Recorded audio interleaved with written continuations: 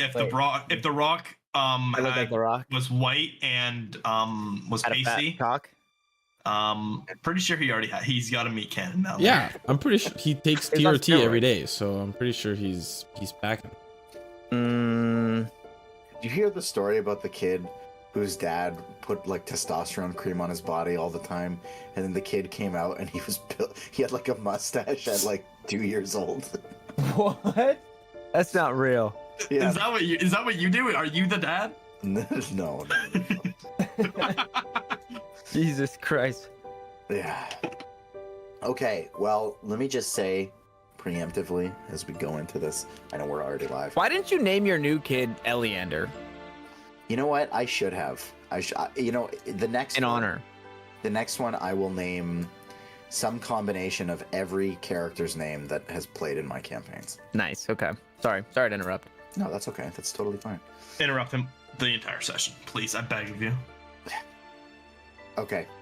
But for realsies, if things need to slow down a little bit because of what you got going on, just let me know and I'll do that. Okay, so we're gonna start today with no music, of course. Classic.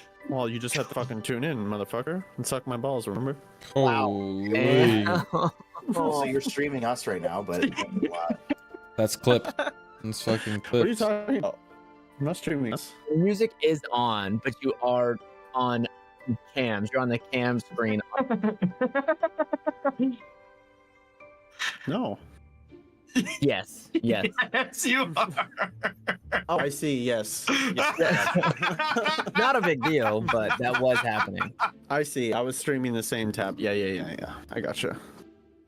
All right, Frank, you can have that one. all right. I'm sorry. Okay, so let's begin. So last session was, there was a lot of catching up, a lot of mustard, and you guys tried to figure out maybe there's some townsfolk that are infected with this black water. You started whistling this tune on your boat. You got accustomed to your boat. It was nice. And then you jumped into a little bit of a party here. Okay, we skipped over a bunch, but you found a party that Gellin is throwing for a gentleman that you had a big long conversation with, who goes by Lieutenant Nightfallen, as far as you're concerned.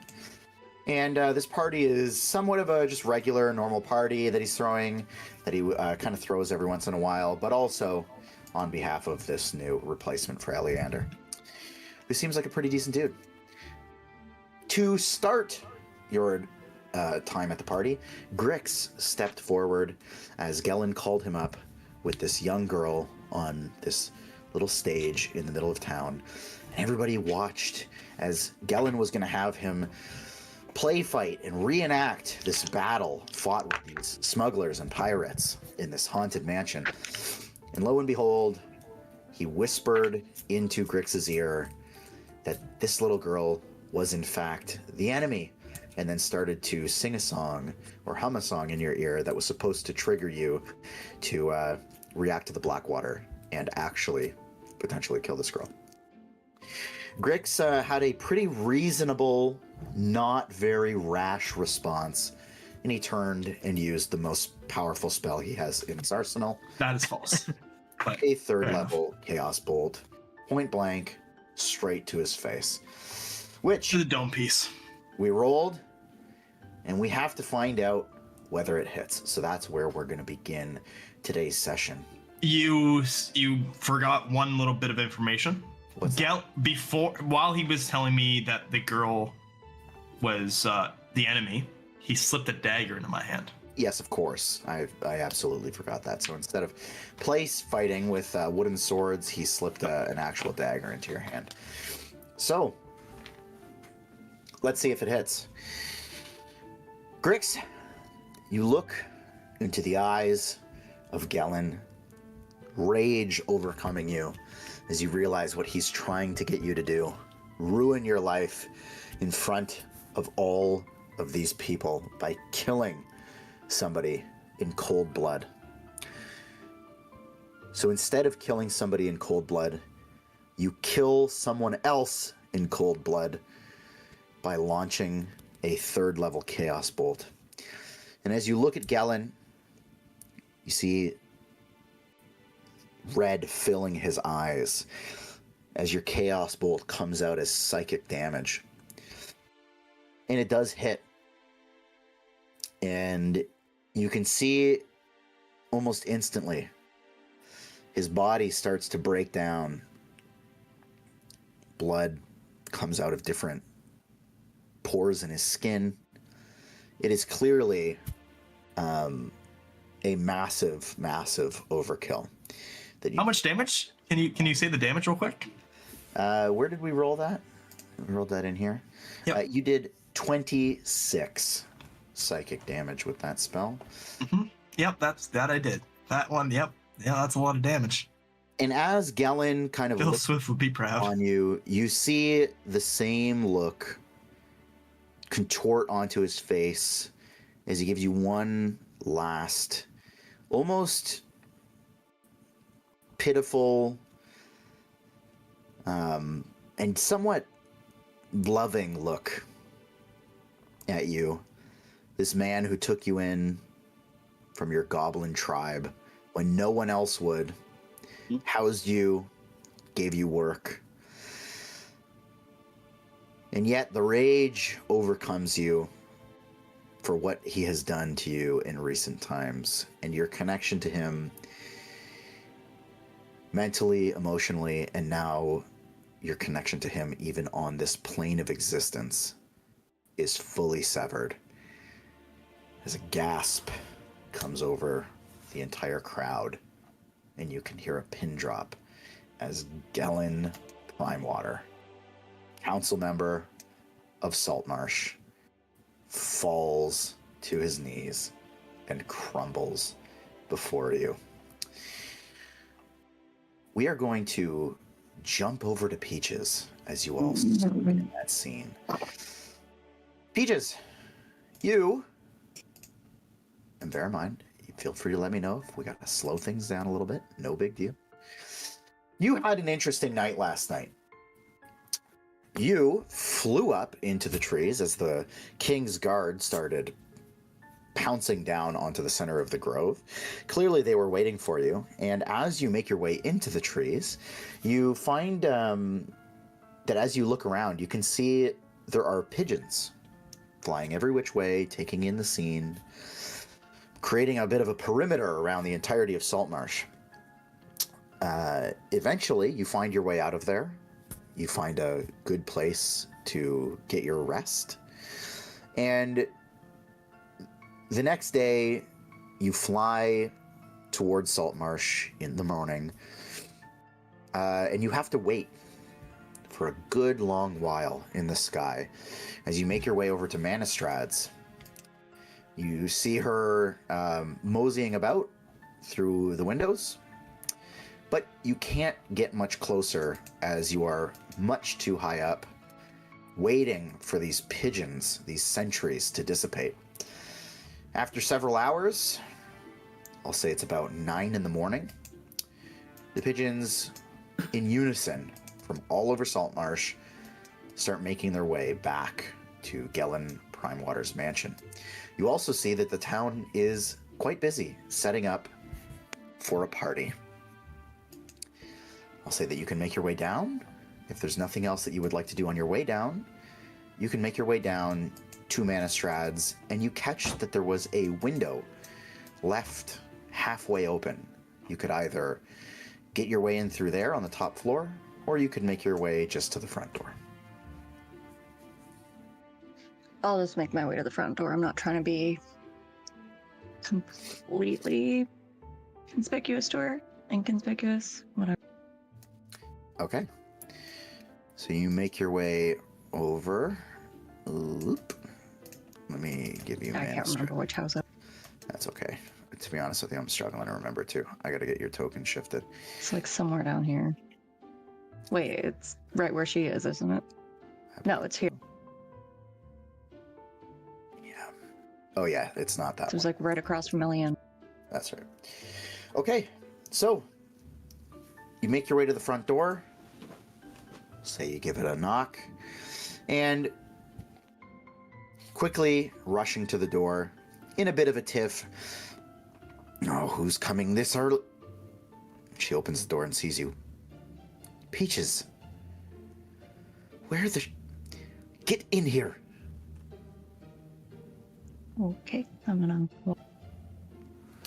Also, I'm just going to let you know your mic is cutting. It's just your noise gate. My push to talk? It might be your push to talk, yeah. Yeah, I don't. Actually, wait, let me make sure it isn't. It might just be your noise gate, too.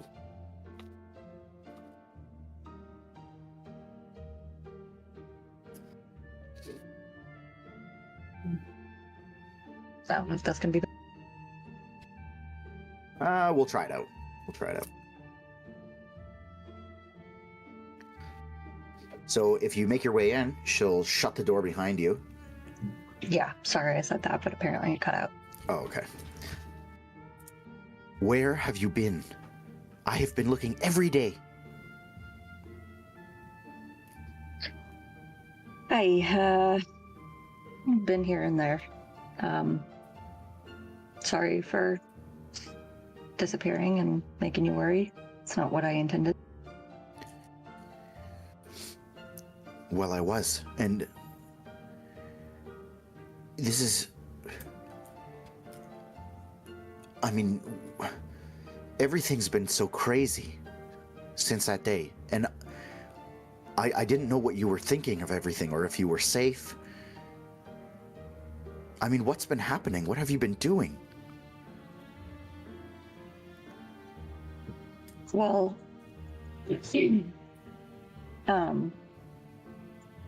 mostly,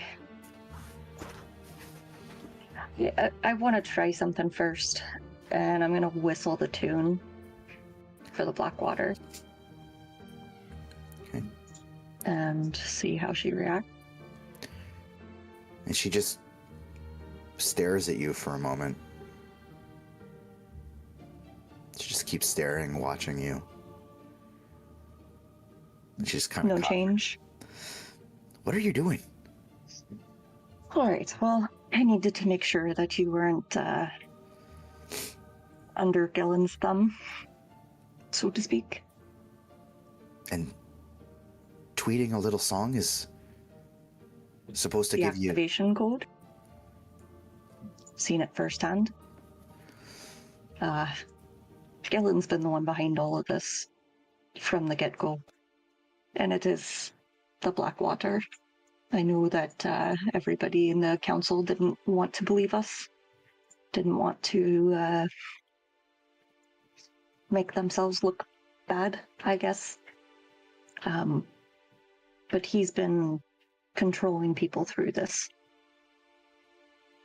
I know this because he got to Grix pretty much in front of me. And I've actually personally seen that same Blackwater be expelled from him. And Eleander? Seems to have been under the same kind of control. It's probably what caused him to go off the deep end and kill the entire ship in the first place. But this is all sworn to secrecy. Ida and Anders, as far as I know, they do know what we do know, or what we've told them.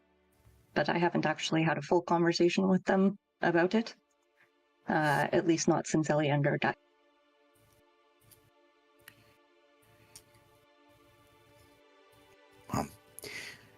I don't think I'm at much risk. I don't see why he'd ever want to come for me. I mean, Eleander, he at least had, the guard under his control, so maybe there was some power to it. I can't imagine what he would want with the mines, or any of my guys. I think it would be more so to have people when he needs them to suit his plans, I guess.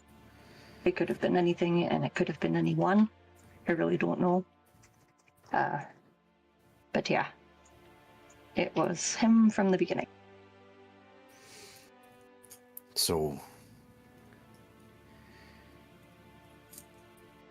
look, I think I'm learning just to take your word for it here. What's the plan then? What are you going to do? I honestly don't know. I wish I had a plan. I wish I knew what to do. I don't. We need to prove that it's him somehow. But we also need to not let him know that we're onto him. And try and save face in front of the town as well, which, for all I know, has gone to shit already. No, I don't think that's true. I think there's a lot of good happening here, despite everything. I mean, you have to believe that. Otherwise, what's the point? That's a good question. It's the question of the... Well, we have a good thing going, and I'm still afraid of what's to come. We just keep digging, you know, trying to make something good happen. And if I'm honest, I'd like to stay as far away from this whole mess. I never really liked Gellin anyways, but I don't want to get involved. I'm already on thin ice. About that, are you aware that they've brought in someone for the mines? What do you mean? Ida told us last night that when they brought in someone for Eleander to be replaced, they also brought in someone for the mines. I don't know if that means to replace you or if it's to oversee or something like that, but I don't think you're safe. That's kind of why I came back. Well, I know somebody's here from the kingdom, but I was from the kingdom. Why would they replace me? I didn't do anything. Might be because of all the issues with Eleander and you being implicated at the docks that night. I don't know. This is just my thoughts on it, but that's all I know. Well, and she just looks very, like, distraught and kind of frazzled.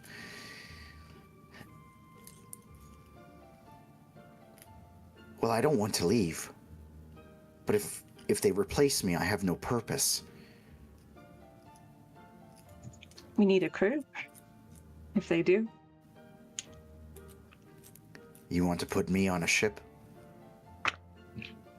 I've always trusted you. It's everyone else that I don't trust now. And that's big for me. You know that. Well, I can't swim. So, unless you're gonna tie me down to the deck... Is that why you didn't go on the ship that night? It might be. Might be that I try to keep my hands clean from all of this. I knew there was something bad going on with that ship.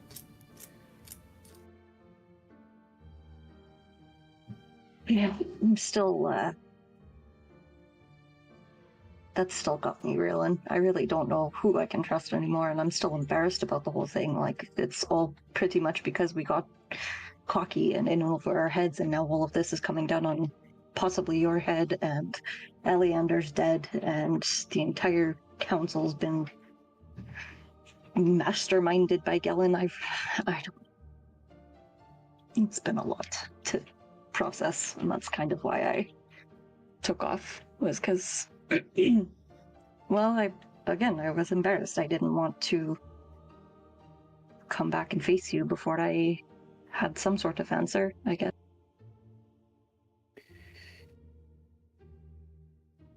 Well, I didn't know what to say either, so maybe it was best. But look, we're we're in this together. I think I can trust the others on the council. And So I can far, trust Anders you. and Ida are good. We've tested them with that song, I think, multiple times, and they seem to be okay. And I mean, they don't act any different than they normally do.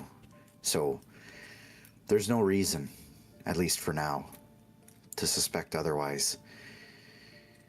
And like I said, I trust you. I think I can trust your group if you trust them.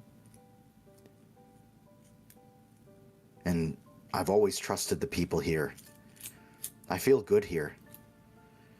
So, unless they ask me to go back, I'm gonna find a way to stay. You definitely can trust me. You can trust my group too. Duldrin does. Can tell you that. And with that, I'm gonna drop my disguise of my original visage and show her the arm and the leg. Aye. What? I found the grove. What? The one you were talking about all that The one time? that Duldrin talked about. We found it, and I actually saw Duldrin. And you got to grew talk to him. your leg. Grew my leg back. I mean, no offense. Who cares about? What the fuck? Aye. That's amazing. And you said you saw Duldrin was there. His spirit. Apparently, he's always with me, I guess. And I got to talk to him, and he gave me this. It used to be my leg. Can you talk to him now? I haven't been able to since then, but I know that he's, I guess, with me, watching over. Well, He'd if you probably hear you if you wanted to say something to him. if you do talk to him, tell him we found more of that ore, like a lot more. That's why he was so deep, and why he was rushing. He got excited. He found it, and he knew it was something different. So he'll be happy to know we're putting it to good use. Does Peaches know about this ore? Yeah, you guys talked about it a bit. Okay, I just wasn't sure. I don't know if I was actually part of that conversation, that one session where it was brought up, but all right, I definitely will, and obviously be careful going that far down for that much ore. Hi, we're making sure we're not going any deeper. That's for sure. So, look, Gellin is he's putting together a little party today. I think you might want to at least show up.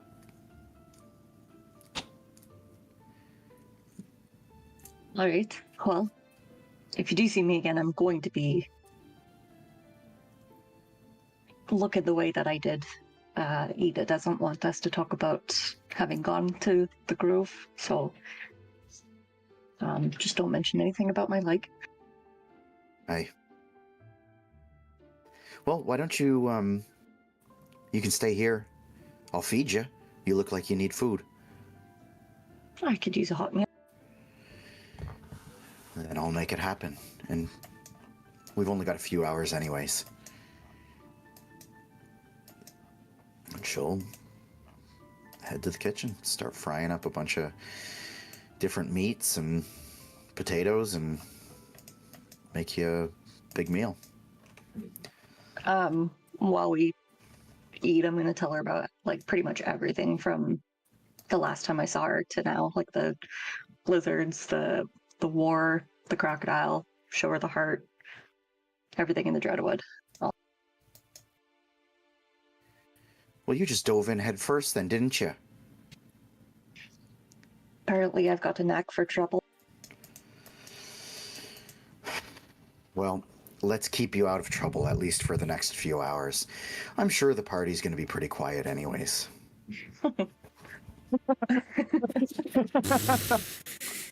Yeah, pretty quiet. I think I might try and stay at least a little bit hidden at first until I'm needed. Just because I did disappear out of nowhere after the grove last night, so maybe the element of surprise around Gillen will be good. That's a good idea. Just don't, I would say let's not cause a ruckus. Well, I have been known to cause them, but I'll try. All right. So, she now knows kind of everything you've done. You are, she is well informed. And I'll say that you guys just kind of hang out together, catch up, mend what was broken a little bit, and you carry on. As long as there's nothing else you want to kind of reveal to her or anything like that, then I will... Not that I can think. We can hop back to current moment. So I'll say we already talked a little bit about what you were getting into for where you might end up here. So I'm just, before I jump over, I'm just trying to, there we go. They've got new tokens for everybody. They're like indicators. Okay, so let's jump back to the party. Now you guys I have something that needs to happen first. Okay, fair enough. Upon casting the Chaos Bolt, I'd like to recharge my Tides of Chaos Okay. as well. So I'll just roll my D100. Yeah. 83. Okay, just give me 1 sec. Yep. Mm-hmm. I'm gonna come. I thought I had it available, or else I would have mentioned it last before the session, obviously. But That's okay. oh, oh no! Can you roll a d10 for me, please? I guess. You know what this is? Did you read it? Is this wild? I didn't. No, I don't. Yeah, this is wild magic. I don't know. I purposely don't read the wild magic table. You're gonna shrink 8 inches. Oh, A you fucking. You fucking. That's probably good. That's probably Tell me good. you just disappeared. Just don't anybody read this. Don't find the table. Oh, that is just such a bad series of rolls. A bad series of rolls? That seems like great. That seems 10 seems great. He goes invisible for 1d10 minutes. He ends up in the ethereal plane. Frank's like, I planned this entire thing, and one roll just changed it all. Oh, well, it's fine. Now let me explain to you before we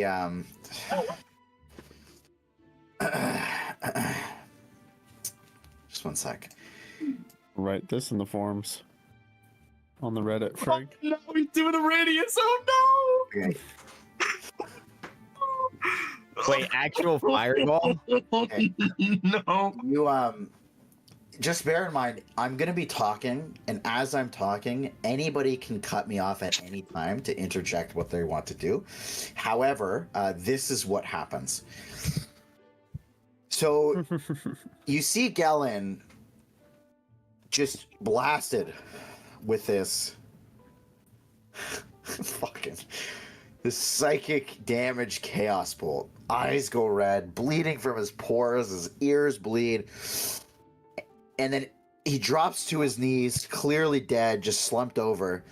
And then you see Gellin, like he kind of like twists up and contorts, and like the life is just sucked out of his cheeks, and his skin grips to his bones. as does the little girl behind you.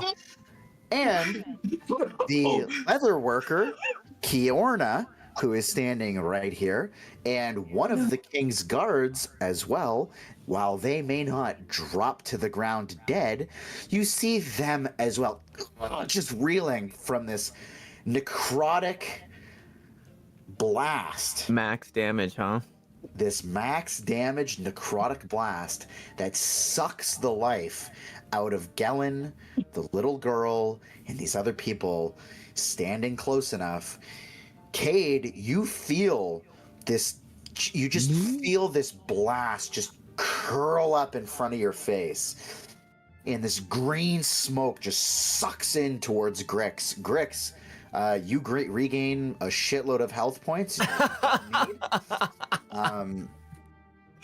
Yeah, you. I don't suppose it's a temp health. Yeah. You regain up to your maximum 40 necrotic damage or necrotic health, and at this, let me tell you, nobody is happy right now. Standing in the audience. Is the little girl dead? She is dead. Dead. She has like one hit. The smile has been wiped from her face. Oh. Her cheeks have sucked in, and it's like all of the life and it's like the blood has turned to dust in her veins. Oh no.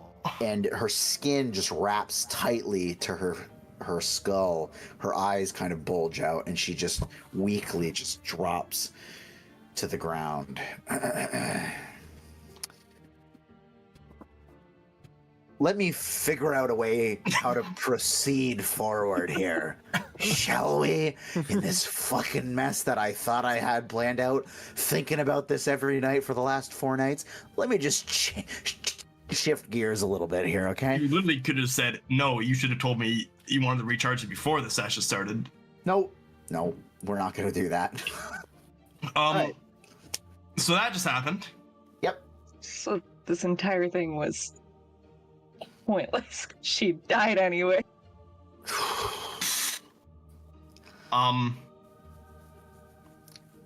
Let me tell you, there's a bunch of guards running up to you right now.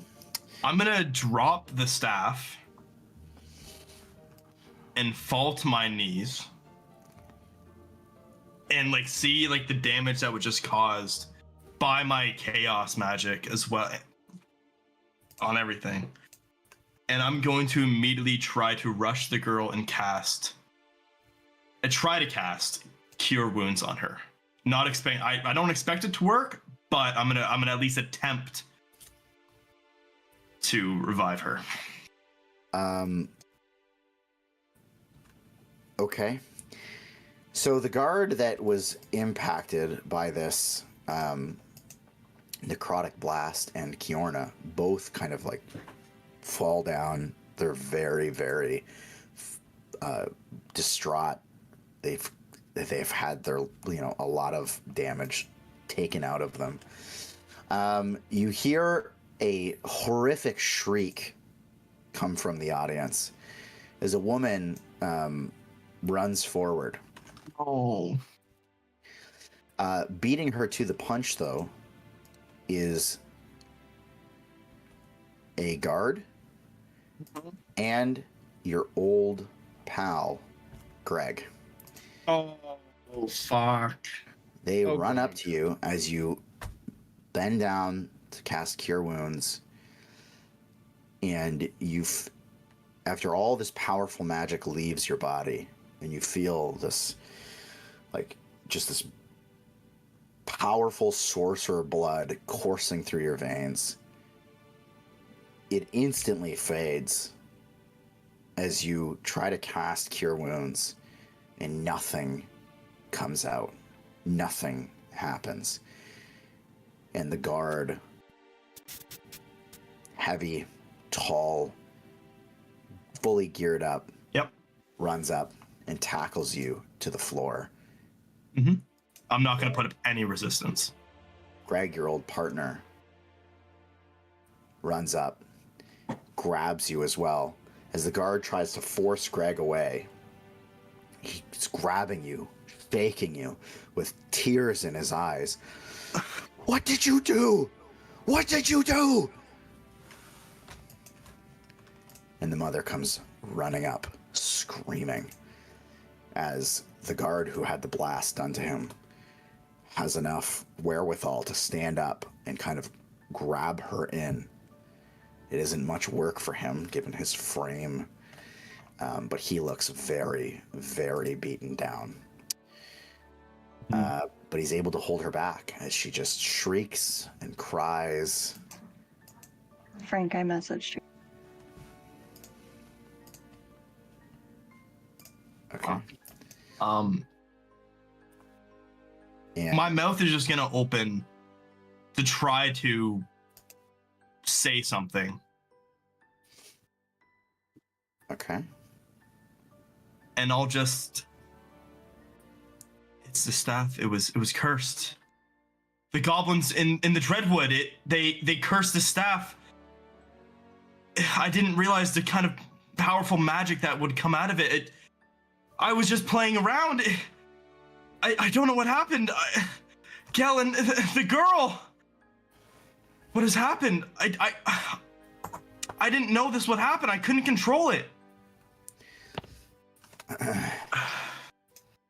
And the audience starts screaming, "Murderer! Killer!" And this woman from the back starts running up, yelling, looking back and forth. "A diamond! Diamond! Somebody! Give me a diamond!" Oh, please, please, please. Can I have somebody who hasn't participated yet, because there's 3 of you that have been pretty chill. Can I have one of you please roll me a D100? Please. Oh, I don't want please. this to fall on my shoulders. No, this is a Feyorn thing for sure. I can feel it. Or actually, this is a berry thing. I can feel it. This is very, yeah. Please, someone have a Alright. fucking diamond. Please, someone Well, have a diamond. one. Someone have a diamond. Someone have a diamond, please. Please. Did it roll? 71. Please. Please.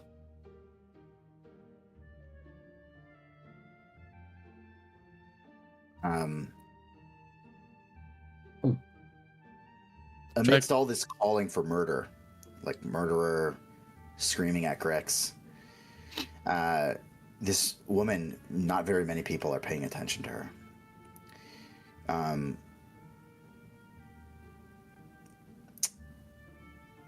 Only really the 3 of you that are in the crowd here can hear this woman. She's screaming it and running towards the stage. And nobody's paying attention. They're all just like, I mean, they're totally wrapped up in the scene.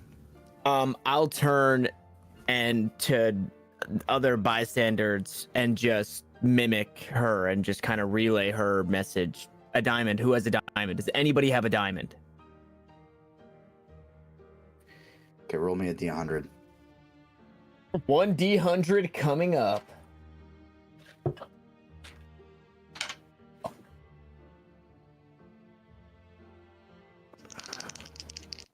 This is a box of doom roll. Can I know what number I have to roll?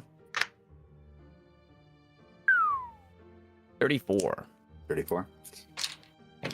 Cade, your calls go unanswered. Wow, fall on deaf ears, huh? No.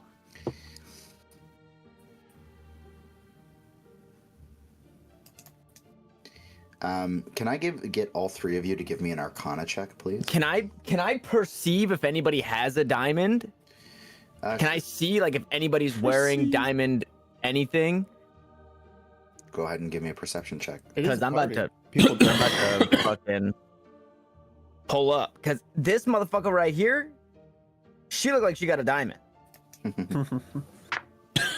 Perception 15. 15. Okay. And then I need all 3 of you to give me an Arcana check as well. Would you take athletics? Oh, sorry. Did you say that everyone should roll Arcana or everyone should roll Perception? I needed Arcana. Mine's at disadvantage because I'm drunk. Yes, it is. Oh yeah, you didn't catch that one, Meg. Feyorn's drunk. Arcana 6 and Well, Barry. 10. 10. Yeah, Barry. Yeah, Dr. Barry's Barry.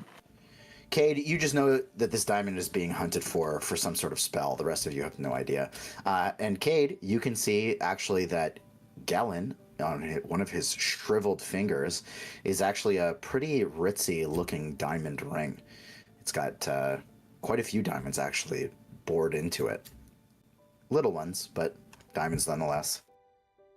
I'm gonna run up there then. I'm gonna try and run up there, run past the guards, run past Greg here, and grab the diamond. I'm not trying to hide it. I'm not trying to be sneaky or anything. Just grab that diamond off his hand and try and relay it to my fucking queen.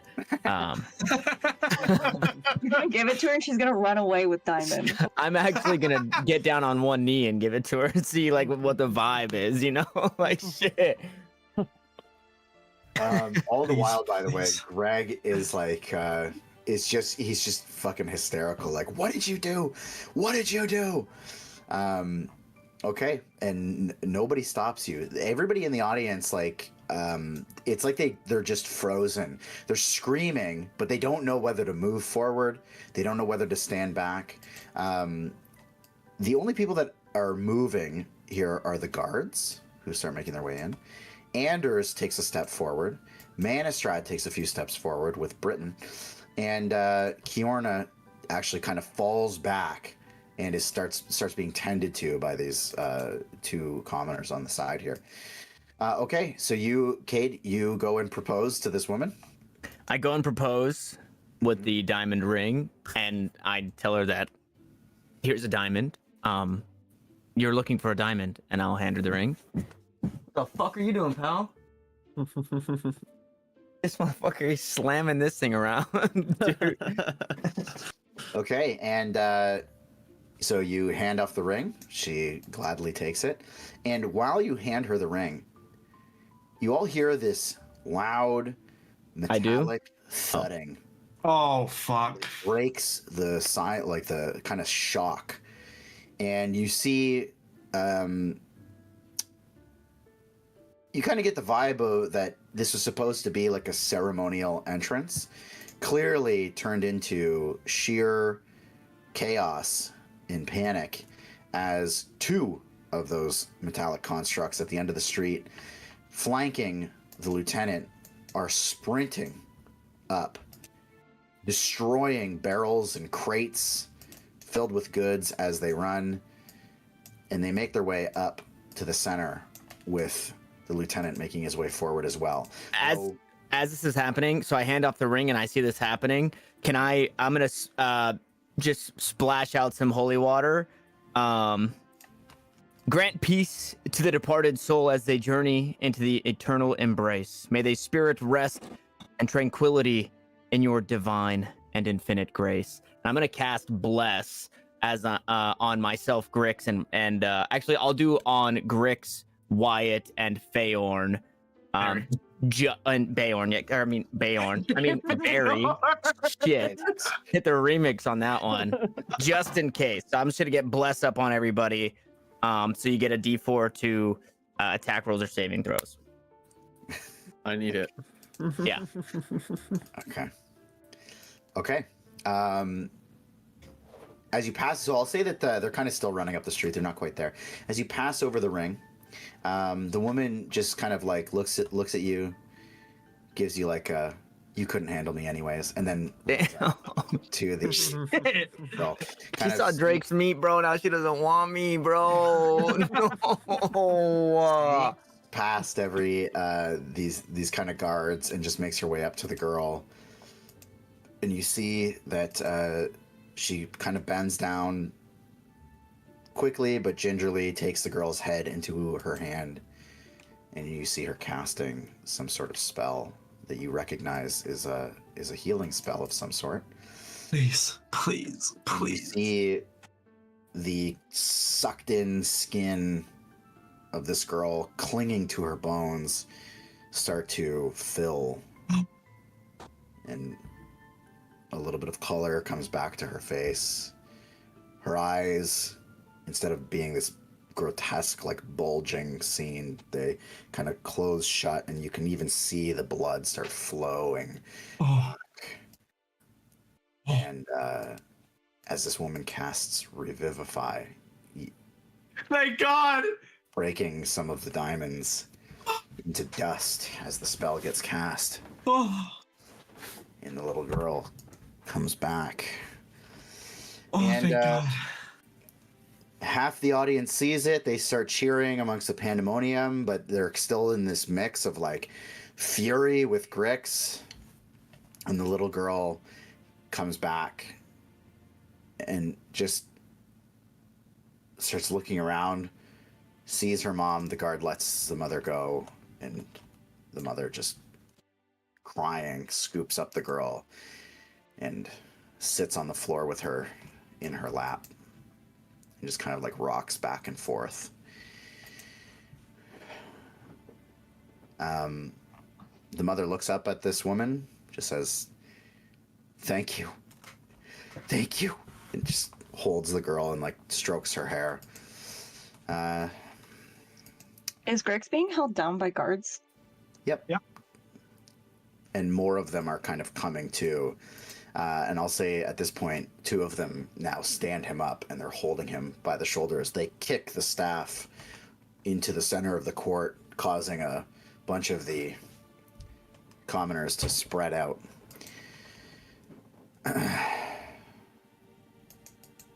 And all eyes are on Grix. Grix, I need you to, with that kind of desperate plea, I need you to give me a... You're either going to give me a performance or a deception check, depending on what you actually know as Grix. Deception. Okay. I would like to. Oh, I don't have it paired up.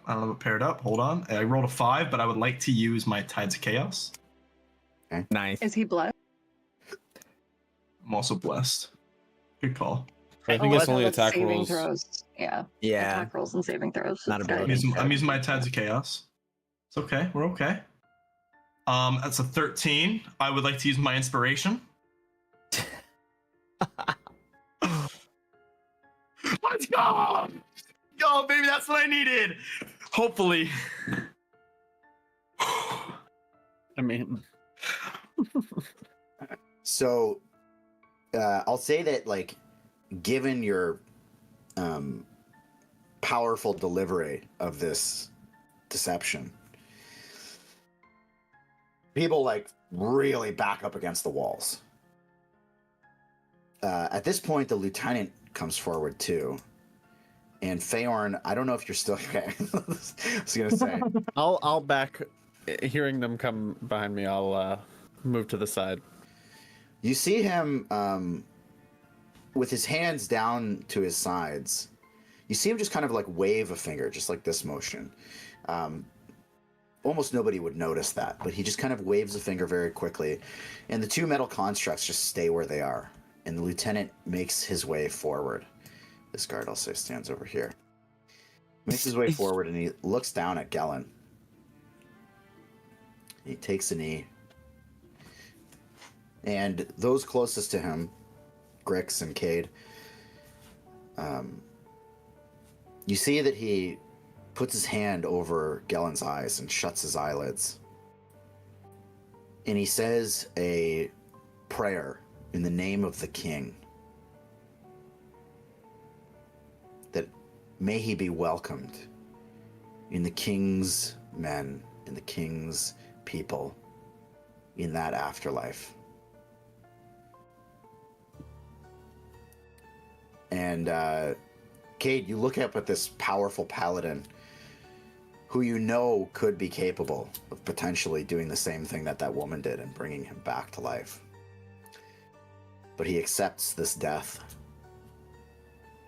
nobly, and he stands up, shield strapped to his arm, and he looks at you, Grix. This towering figure, this half-elf, and he looks down on you.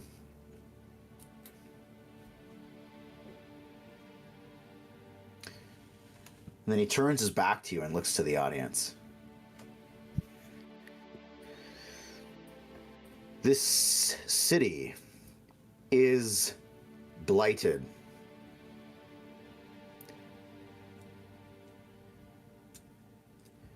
It's blighted with people thinking that they can do anything they want, anytime they want.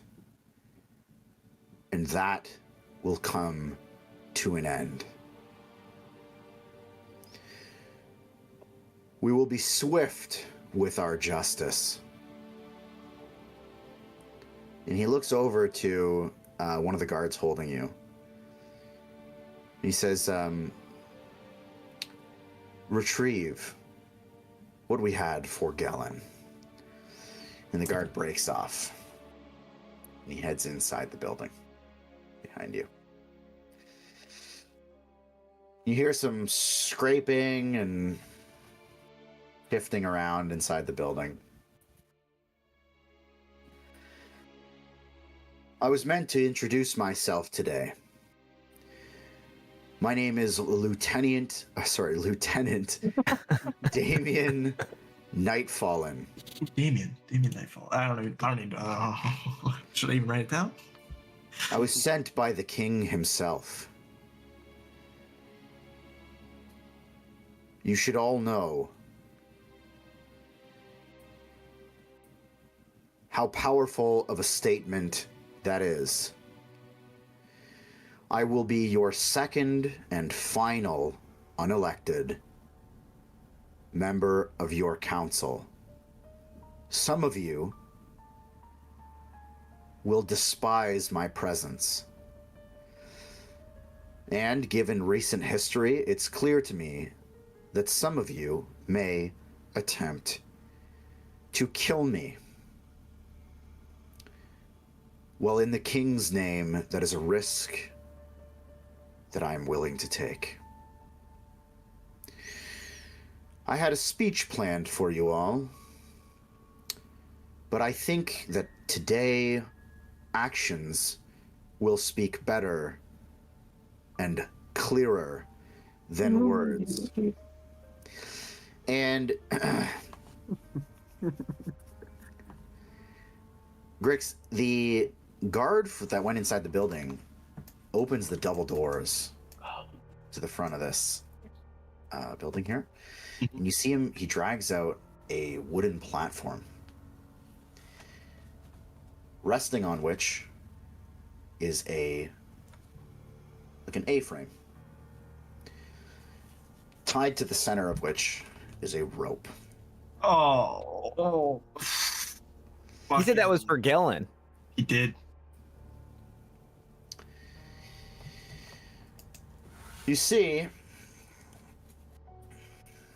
and he sets it up beside you and he starts kind of nailing in the frame. He stands up the frame, starts nailing it into the base.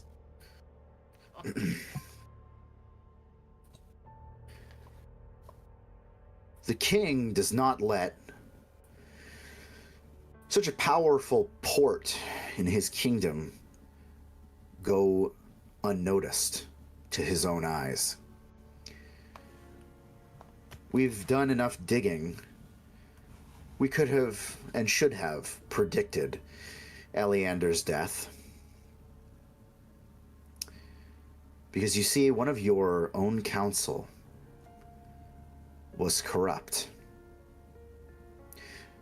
He was working directly with not only the Sea Princes, which some of you above table will know are a bit of a rowdy group that own a pretty large swath of land directly next to your kingdom, and they have their own rules that they abide by. And the Scarlet Brotherhood, which above table some of you will know is a underground group that are very influential, but they are much more brutal in their tactics. That was the Sea Ghost folk and the Mansion folk, right? That was some of them. They were wearing red bandana.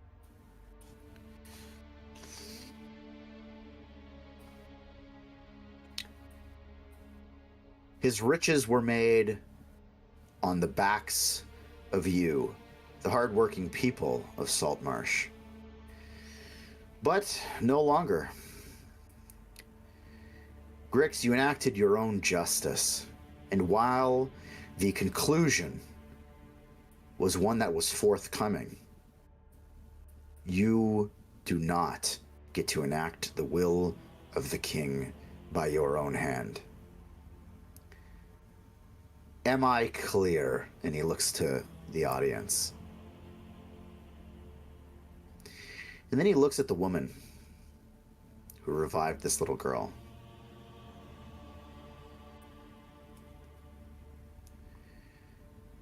Making choices between life and death is something that will need to be run through me henceforth.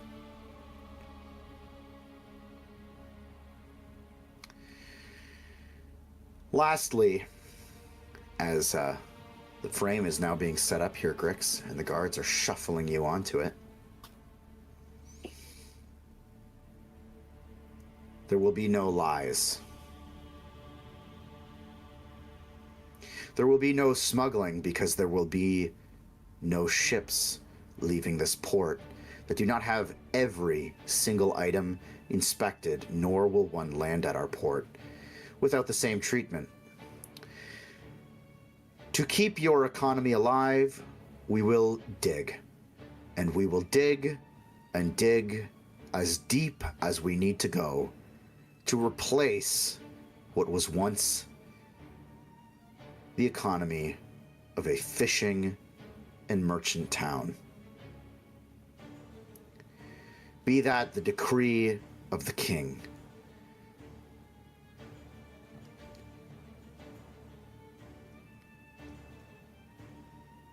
Are there any hesitations?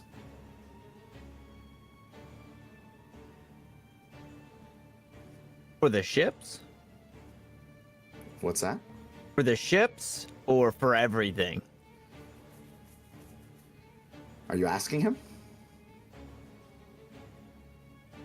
Yeah, sure, I guess, yeah. Okay.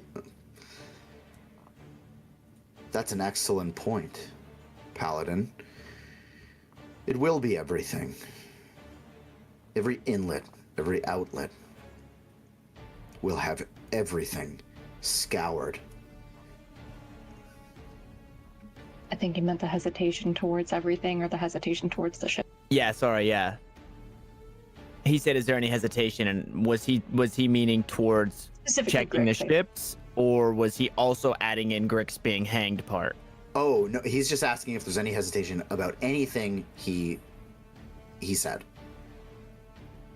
And it's very apparent that Grix is about to be hanged?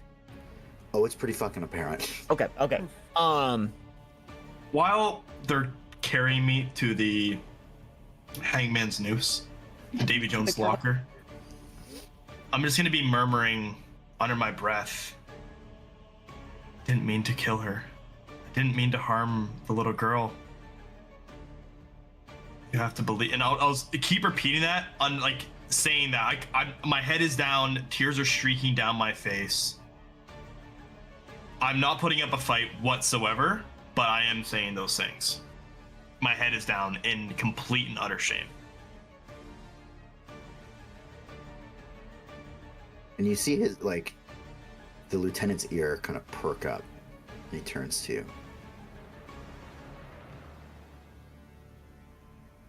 Did you not hear what I said?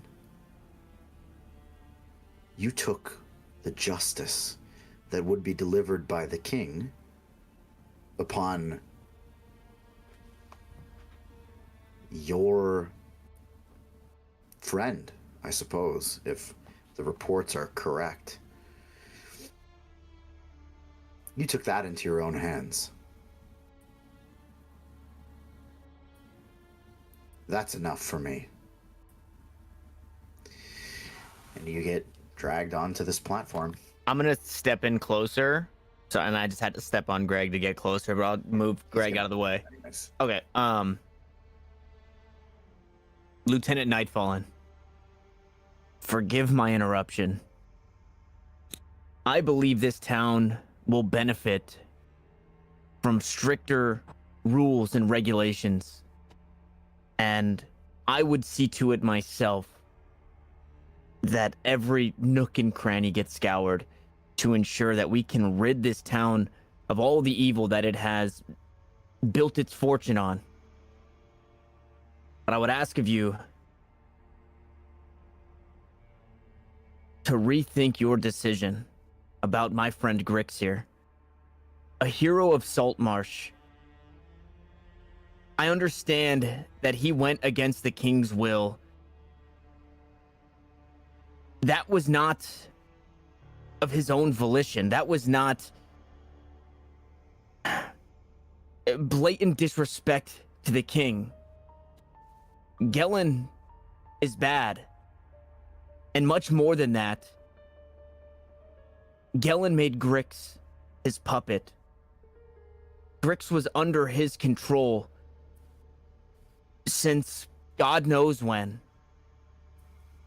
So I would hope that you could find it in yourself to understand not only the strength that it took, but the pain that it brought to my friend here to have to do that to Gellin today, as he was forced upon this pedestal to put on a show in front of everybody. This was not just a man trying to take justice into his own hands and steal away the ruling of the king. This was a man.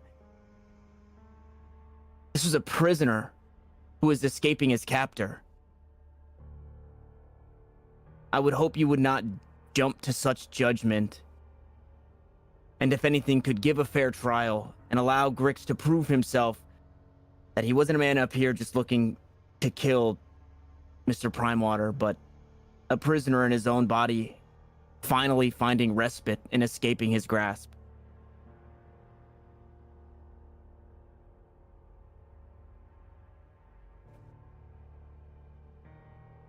And while you give that speech to him, he is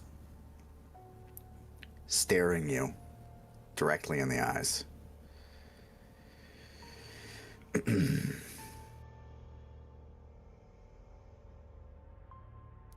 And he takes a moment after you're done speaking. You see him clench his fist, the one that has the shield. And the shield, the rim of it, starts to glow. And he closes his eyes and he bows his head.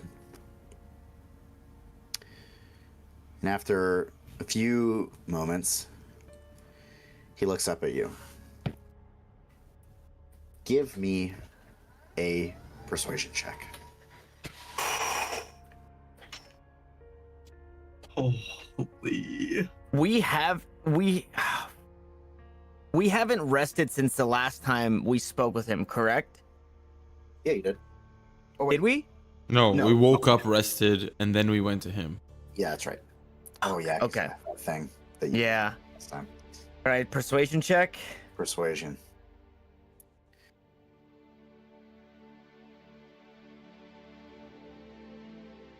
It's a big one.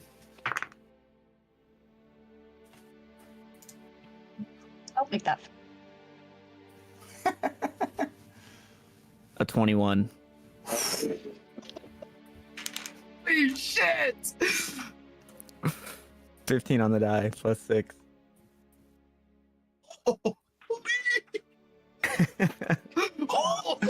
Bro, Phrank wants to kill him so fucking bad. Fucking Cade stepping up like Aragorn, but this is not that.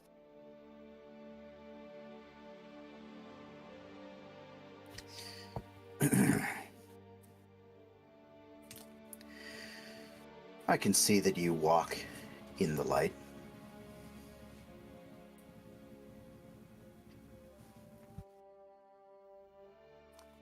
What do you deem a reasonable fate?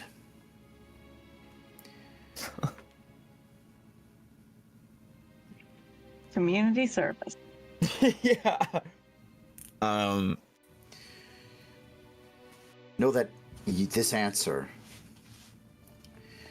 will be a representation of your own god.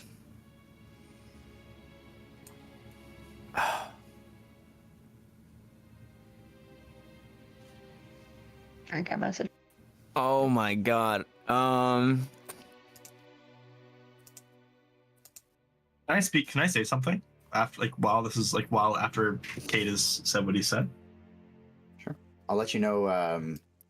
Weird little event here.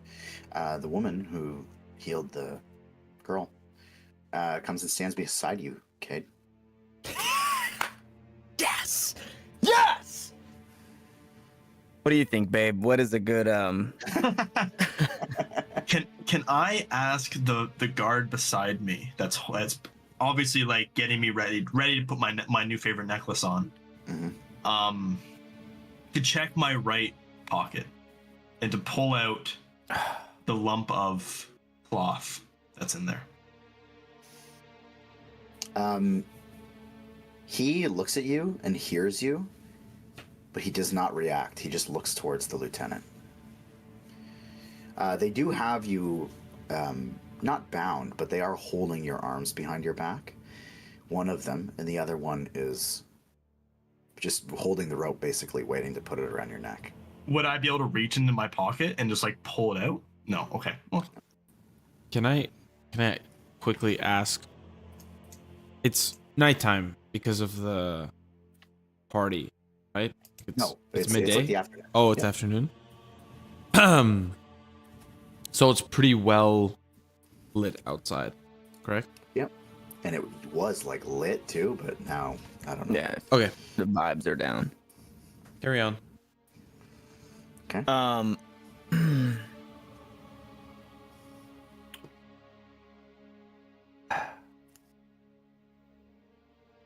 Fuck, what do I even say to that?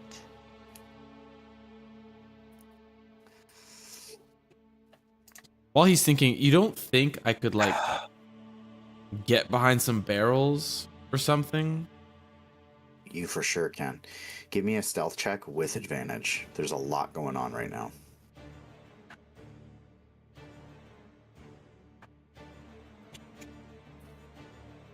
Eight. Jesus. With advantage? Yeah. Okay, so you start tucking behind. And I'm doing this. Look at me! Look at me! Fiorna and I'll say the elf that's with her too. They just kind of like you just like fumble over some of the barrels. And what the fuck are you doing? Is it? Would you say that behind the barrels there's dim light? This fucking guy. Oh, What? tricky bastard. That the light behind the barrels is dim? Yeah, baby. I mean, I guess. I need a I'm gonna yes or look that no that there's dim light Is it behind. dim light? It's like a shadow, right? Like Yeah. so it's dimmer than what's in the street. What the fuck is think about that's- Would you say that I'm in an area of dim light?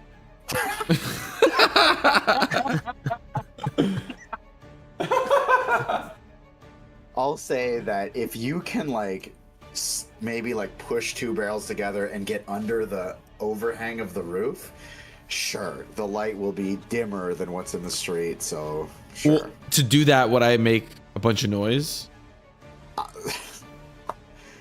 Two people are looking at you. Two people, and that's it? Then I'm moving them. I'm moving them barrels. Yeah, everybody else is okay. Let me And know they're when just, like, looking at you. Like, what the fuck? Let me know when I'm in that dim light, baby. You're in it. Like, what do you? I want to know what. I'm not gonna leave it. I can't handle this. What's going on? Now I'm invisible.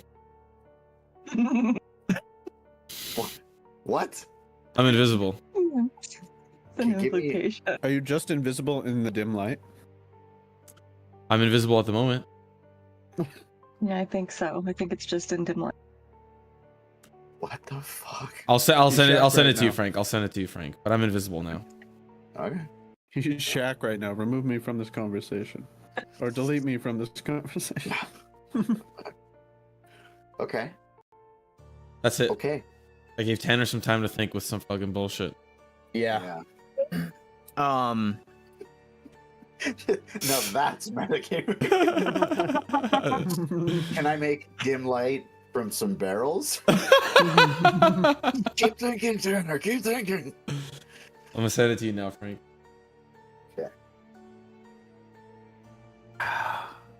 I almost took that too. I'm.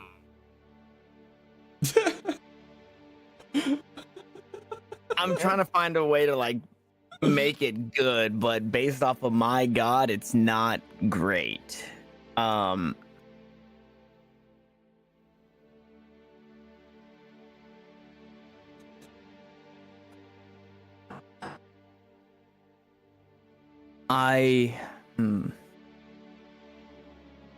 I don't believe it's my place to put judgment on a hero of Saltmarsh. But before I do, I would ask to you, what punishment would you give a prisoner who freed their captor?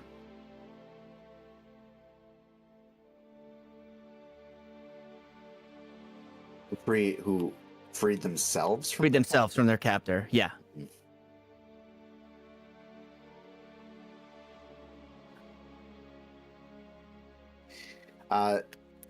The woman beside you adds in, everyone deserves to plead their case. Everyone deserves a second chance. And he kind of like contemplates for a moment, staring at you directly in the eyes. Do you believe those to be the words of Tyr?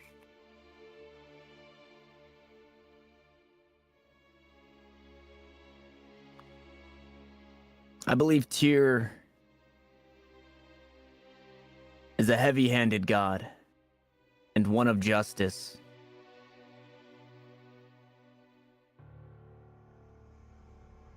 Some see Tyr Some see Tyr as a blind man with just one hand. No.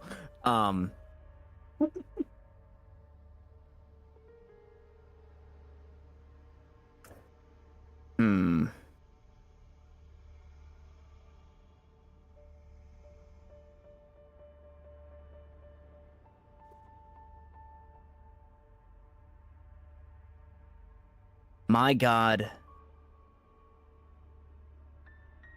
is a noble god who's heavy-handed,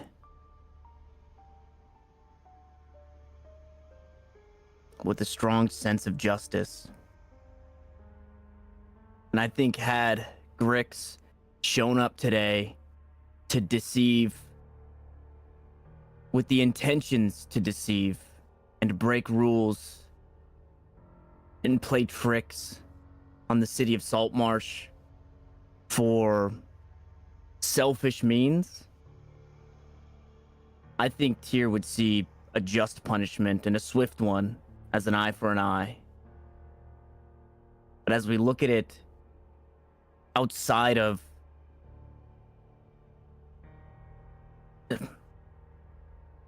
quick judgments and initial glances, as we look at it from the perspective of somebody who has been held captive for so long, I believe that my god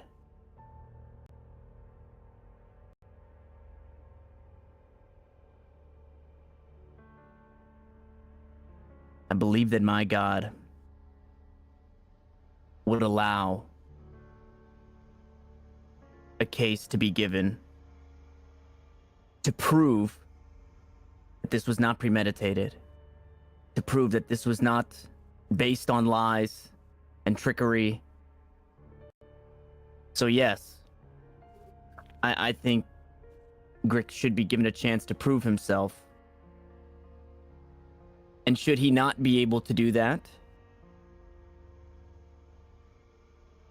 you can do as you see fit. Because I know Tyr would do the same. Gonna start calling Cade Phoenix Ray. What was the natural number on the dice when you rolled that persuasion check? A 15.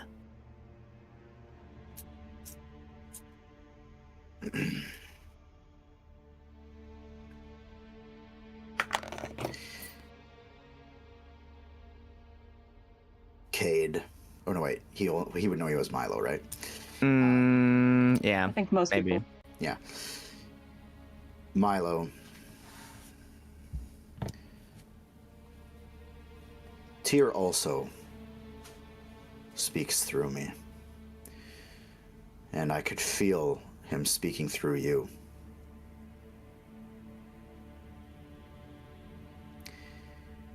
Is it just, and he looks back to the audience, is it just to allow someone who would so boldly execute,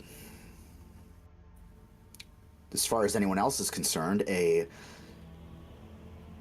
noble and good member of this council, someone who has only contributed? Is that? You know that not to be the case. I know that.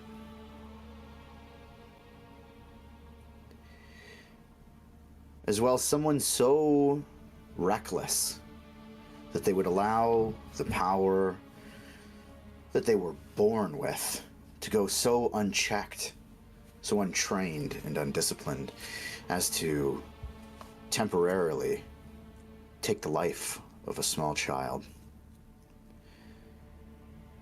While I'm hearing those words, I want to like audibly start weeping.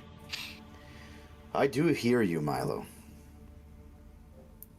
You speak powerful words, and you should always speak powerful words. And Tyr does speak through you. And he kind of leans in to you a bit, and he puts his hand on your shoulder. His menacing, now as it's this close to you, shield kind of blocking out and the rest of the audience, casting a shadow between you two.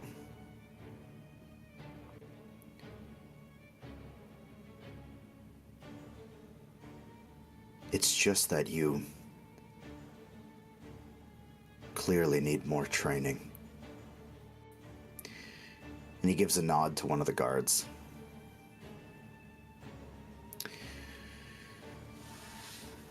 Milo, I will surely be seeking your counsel on some future matters if you'll have it. But today, the council will be between myself and the king. I have a strict mandate. That is to find the killer of Eleander, get this town in order, and Grix, you have clearly placed this town out of order. I did no harm to Eleander. Please. But you I did seek an harm. audience with the king. To plead my case. Bring me in shackles if need be. As far as you're concerned, you're speaking to him. And he waves his hand and he casts Zone of Truth on the platform you're standing on. Oh. Bro, he gets that every long rest. Sheesh.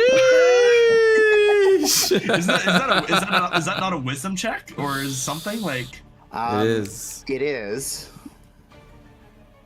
Or can I just? Or do I? Actually, I'm just not going to dispute it. Bro, I'm going to let it happen. He's. You can choose to fail. Yeah, you can choose to fail it. Then I'm choosing to fail. Grix, speak your final words and let them be the truth.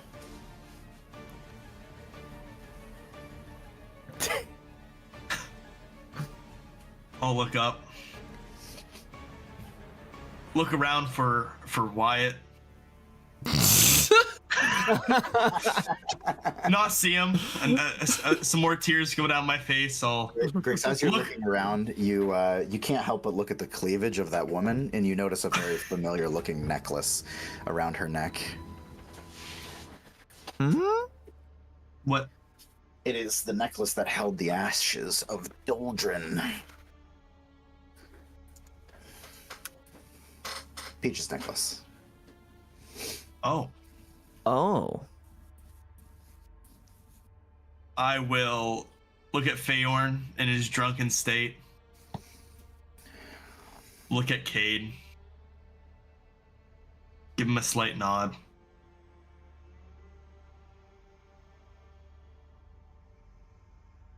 I want to thank everybody in this town for accepting myself, a goblin, into this beloved town, and that little girl, Oops. I truly meant you no harm. Sorry And about that. for that, I am truly sorry, as that will be my last remembering act in this town. But know this. Yellen deserved what he got. He trapped me in my own body for far longer than I wished could be. And if this is the fate that the king wills it, well, then it's the fate that I'll accept. Thank you all. Good night. And I'll just bow my head, close my eyes, think about my fellow goblins back at the camp. How they'll have nobody look out for them anymore. Think about my clan and what could have been my clan. This wasn't my fate.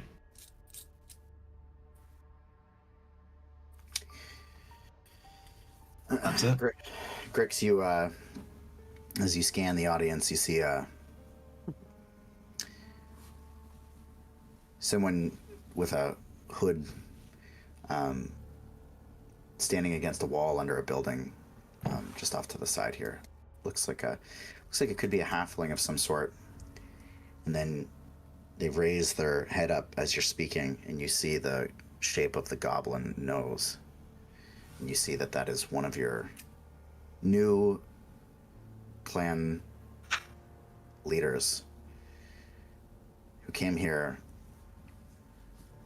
obviously not hoping to see this. Oh. And the last thing that you see before you are pushed forward, tilting the A-frame, hanging you, is the coo of a pigeon as it lands on the corner of the A-frame, holding the rope to your neck.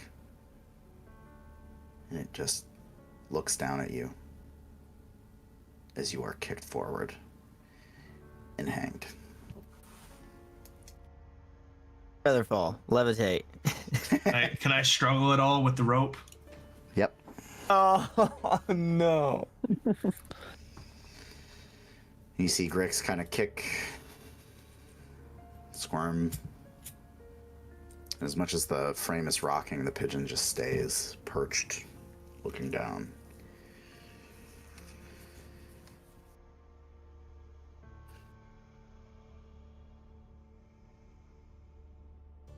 And the audience is quiet.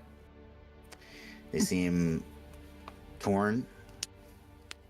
They seem uncertain. With a wave of his finger, the lieutenant gets one of those giant sentinels to take a long step forward and steps on the staff that is in the middle of the courtyard, breaking it under his weight into a bunch of splinters and bone fragments.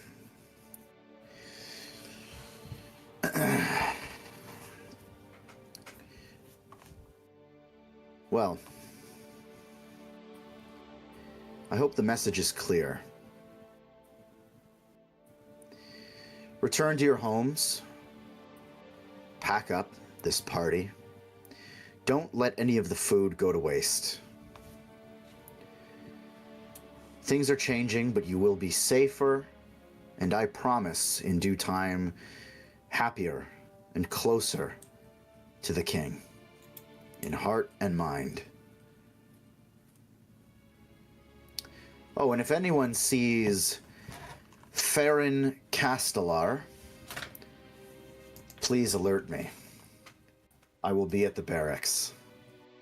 Or my new home. And Eleander's old. He and his guards and his sentries take a good, slow walk out of the courtyard.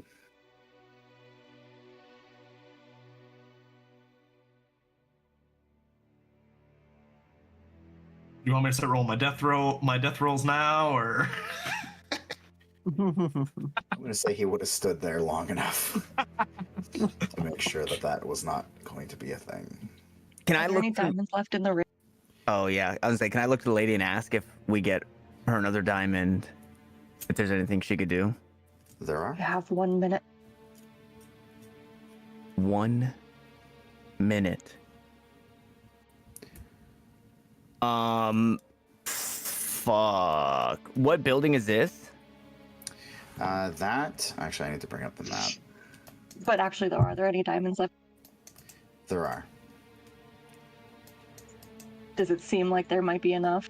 The thing I'm going to make you really sad about, that I guess I wasn't super clear, he was taking his time just standing there. Like, he would have been there for a good couple. Oh, so it's past a minute. Yeah. Like, he's a paladin. He knows how those things kind of go. And so he saw it to the end. Okay, so sorry. That building is... It's too late. I mean, I don't give a fuck what the building is now. I was gonna try and run in and find a diamond, but Gotcha. if it doesn't matter.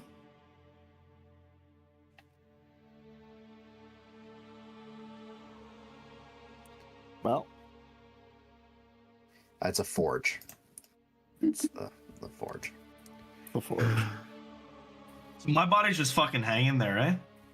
Yeah, Peaches is gonna step forward and start to try and take it down. Okay. She'll drop her disguise. My bro's spread eagle. I'll get you out of this. Okay. And everybody is pretty still. You hear some rumblings around you, Wyatt. Just some of the commoners just kind of saying, I mean, we'll be better off this way.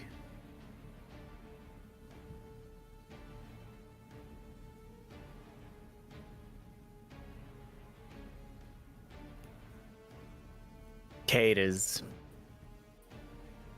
silently crying. His eyes are welled,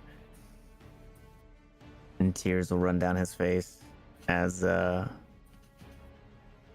he says under his breath, "In this time of grief and tears, help us find hope amidst despair.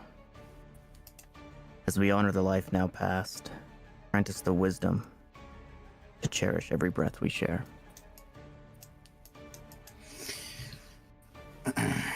Peaches, you get the body down.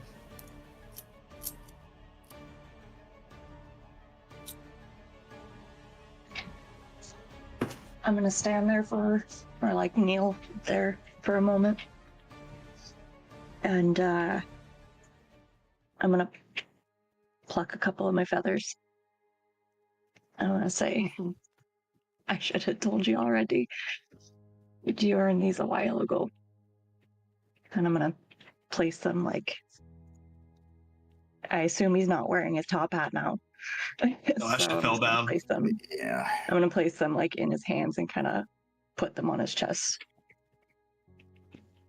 Like his hand on the chest, like instead of flowers. And I'll make sure his eyes are closed.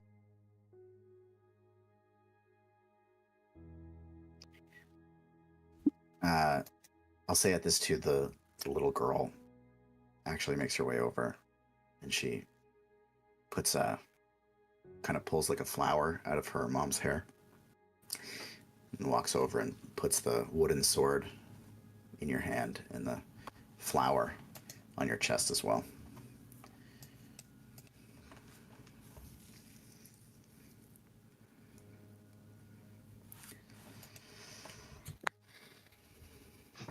I'm gonna look at the little girl and say, you remember that he did not deserve this. All right. I keep fucking. And she And that's all I'm gonna say. just like sheepishly nods and kind of hustles back to her mom. Cuddles up.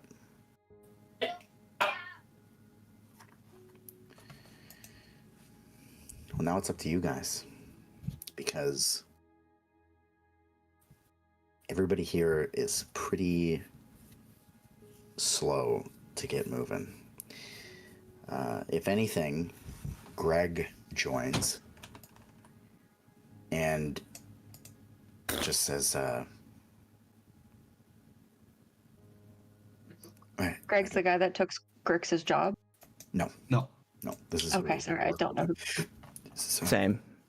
I don't know what he would have wanted for, and then that halfling comes up, goblin in disguise, just says,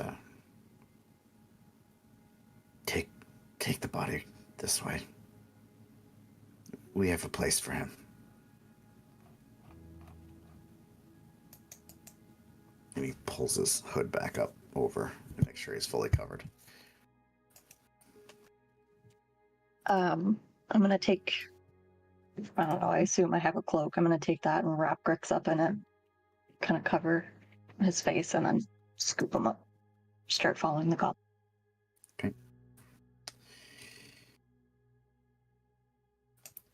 Okay. Has Wyatt appeared? No, he's in dim light, so it's pretty impossible to see him right now. Yeah, I'm just scanning the crowd, looking to see if I can see him.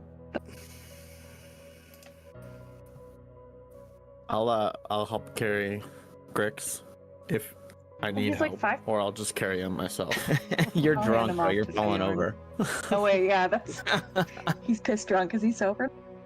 No, well, I don't. He's Probably still not. pretty messed up. I'm gonna, as Peach's hands off Grix, I will put my shoulder on Mr. McCockiner and 5 points of lay on hands to get rid of the drunkenness.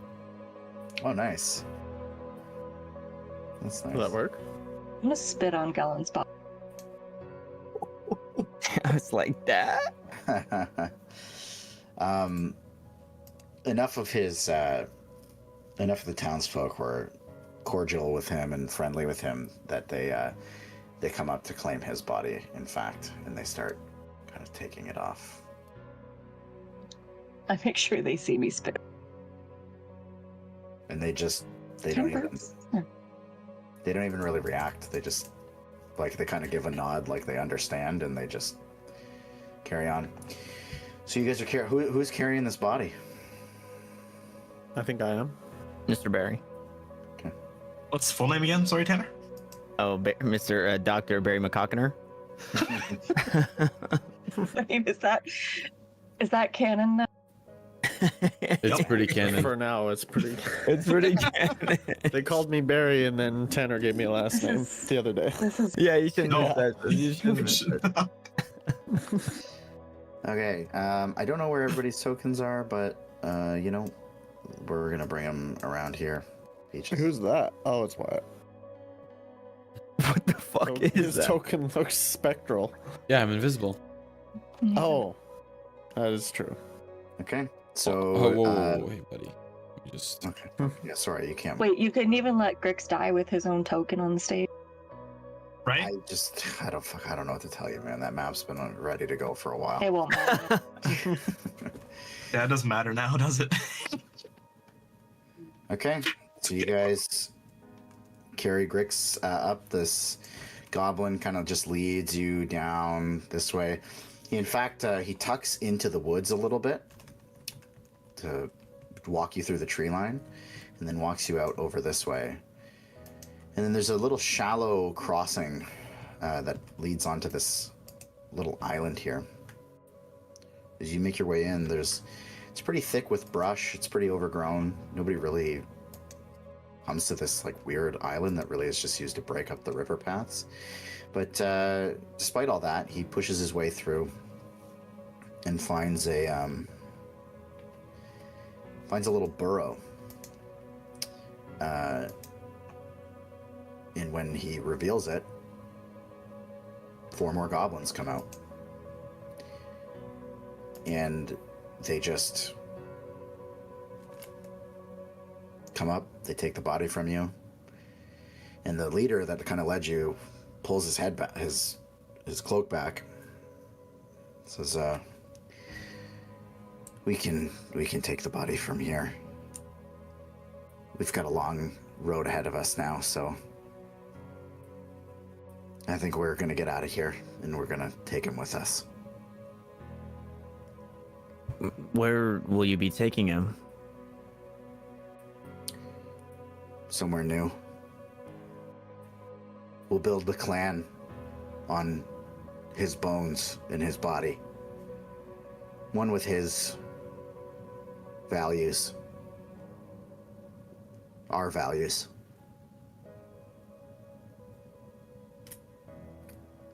Oh,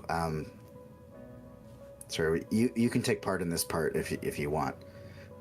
Go ahead, guys. And he nods to the goblins, and they all start like rooting through his pockets to like find what he's got on him. Yeah, I was gonna say we need to take our stuff.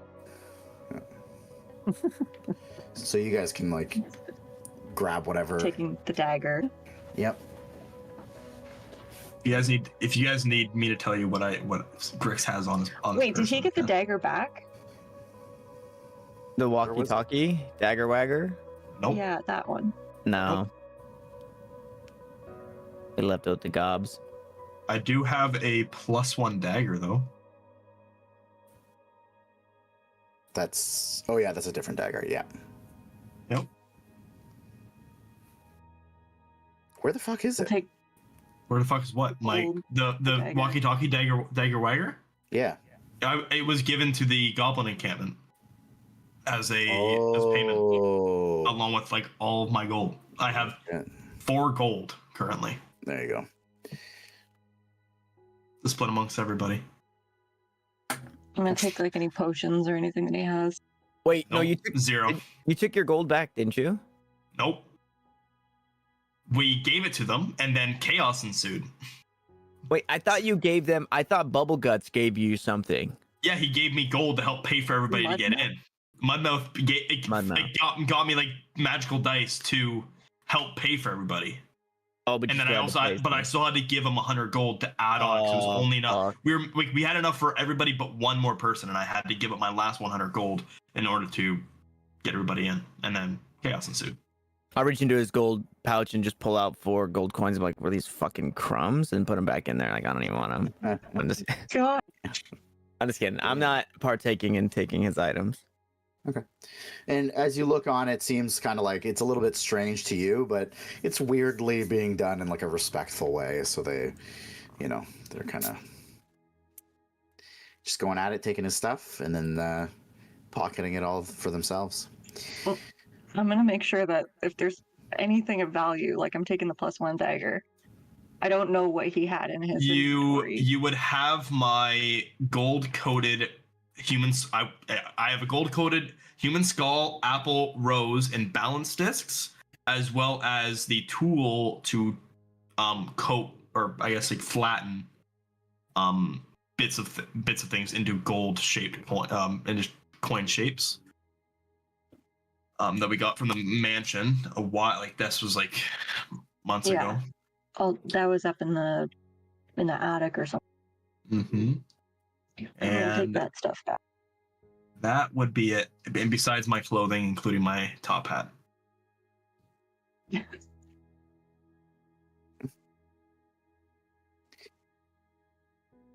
I'll make sure that I take the +1 dagger and then all the gold stuff from the Sweet. mansion.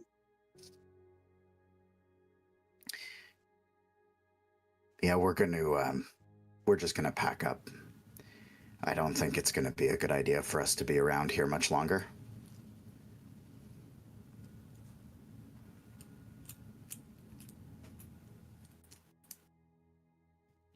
It's probably for the best with the new tyrant. But he told us about you guys. So from one friend group to another, And he just holds out his hand to shake one of your hands. I'll shake his hand. And he just gives you a nod. He didn't like you at first, by the way, but you kind of grew on him. They, I could say the same about him. Yeah. a couple of them just take the body into the burrow and they just kind of look around. Well, good luck.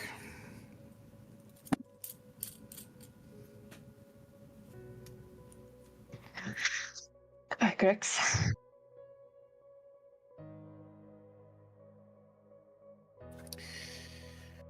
And that is the end of the story of Grix. Damn. All right, guys, you have yourself a I've good never- rest of your session. I've never felt so helpless in D&D before.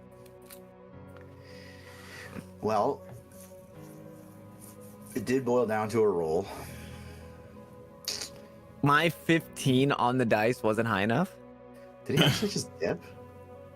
No, I just want to hear. I'm just here. That's all. I want to see what happens. My 15 on the die wasn't high enough. It was a 26 that you needed to beat. It was a natural 19. And So he rolled, and then There was no you way- just took there was my no- previous roll. there was no good way to determine. You could let me roll again. If I hit a natural 20, I'd have gotten a +6, and I'd hit a plus, and I'd gotten Well, a 26, and then if it it would have meet wasn't- and beat. If it was a natural 20, that's why I asked. If it was a natural 20, then you'd be okay. Oh, I see. Yeah. Because his was a natural 19. Damn. You know, if we had rested and I got to use my charisma thing, it would have been a 26. Would have been juice. But Well, Frank's wanted that for so long, by the way. go, Greg. What, killing Grix? Yeah. I've been on a fucking warpath There was only for one. like 20 sessions. No, there was one. Hey, I'm not the one putting myself in these fucking scenarios. Okay? Griggs had a million ways to not fucking be dead right now. But he played the character, so I can't blame him. It was cool. It was cool. Now, I do have to say, just because there's one fucking person not with you, the party is, you see people kind of clearing up the streets a little bit. It's a little solemn, but then after a little bit, it picks up and people are starting to chit-chat together and whatever. Wyatt, as you're just standing there behind a fucking barrel, Feyorn, who knows that you're there, or at least knew that you were there, just kind of goes, I'll see you if you come back to the hideout. And like just clears her throat and starts walking off as the party again just starts dissipating and people start going their own separate ways. The body of Gellin, you see, gets taken seemingly in the direction of his mansion.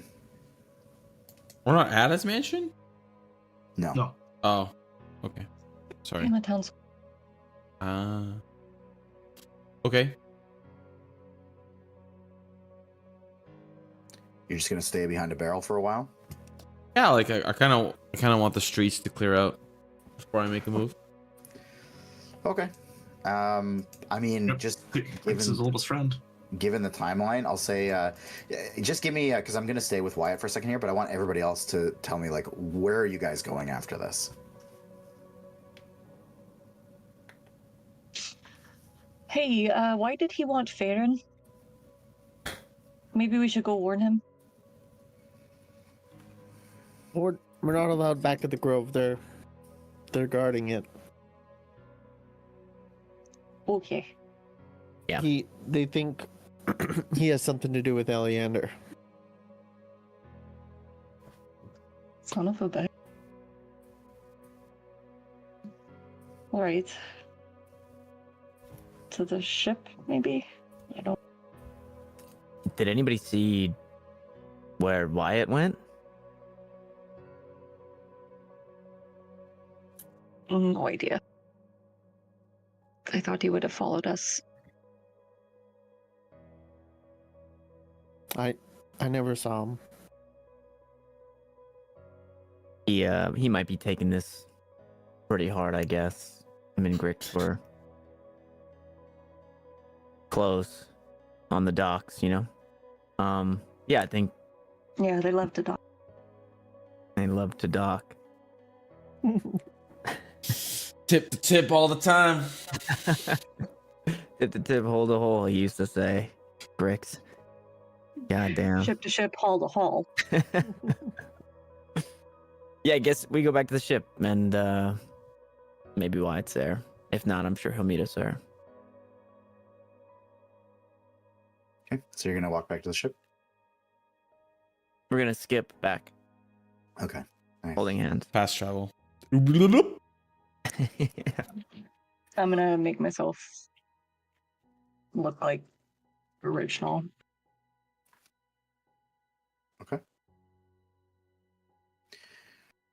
Okay, Wyatt. I'll say that after a couple of minutes, everybody pretty much clears out, and all the food seems to be cleaned up. There's just a few people left in the streets here and there, taking down the banners and the streamers and things like that. I see. Are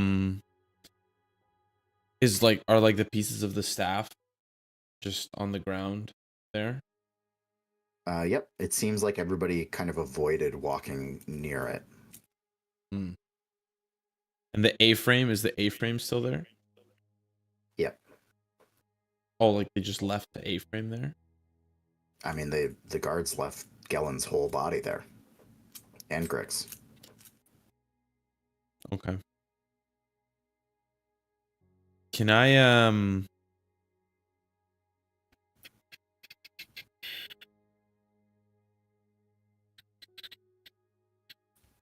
like the pieces of what pieces are there of the staff? Is it really broken, or is it two big chunks or three big chunks? It's pretty busted up. Like, it was a giant metallic creature that stomped on this thing, but I'll say there's some bigger chunks, but there's a lot of splinters and a lot of splintered bone. Can I just take whatever pieces of it that I can? Sure. I'll say you get a couple big pieces, bigger pieces of bone fragments from the skull. You get a good chunk of the jaw, a good chunk of the forehead, and then the staff. You obviously don't get the whole thing, but I'll say you get 3 decent chunks out of it. Oh, I totally forgot something for you. Fuck. That's okay. We'll do it right now.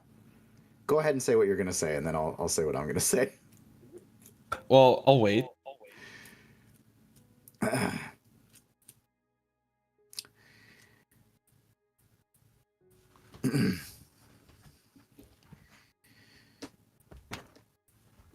You hear...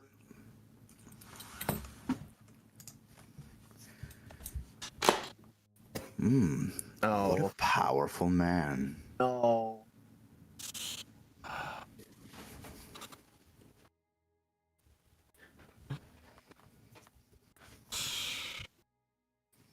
You didn't feel that the first time around? Not like this.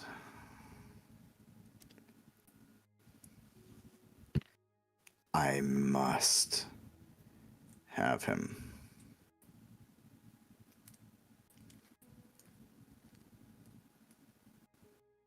You know how hard that's gonna be?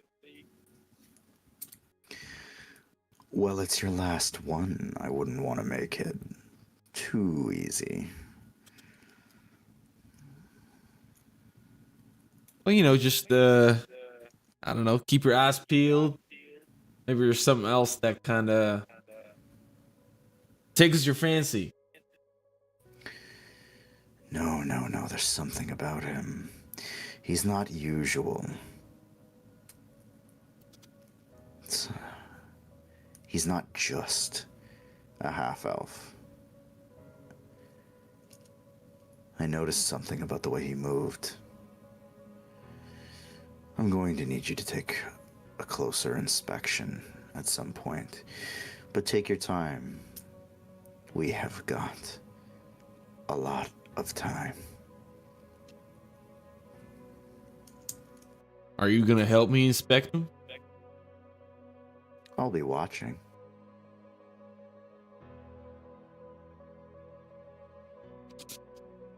So with him saying that,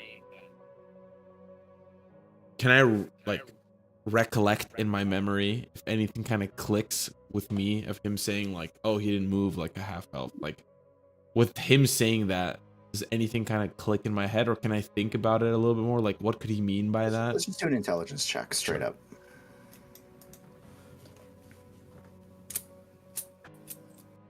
Sheesh, 17. 17. It's not that he walked strange, but it's something about like the way his upper body moved.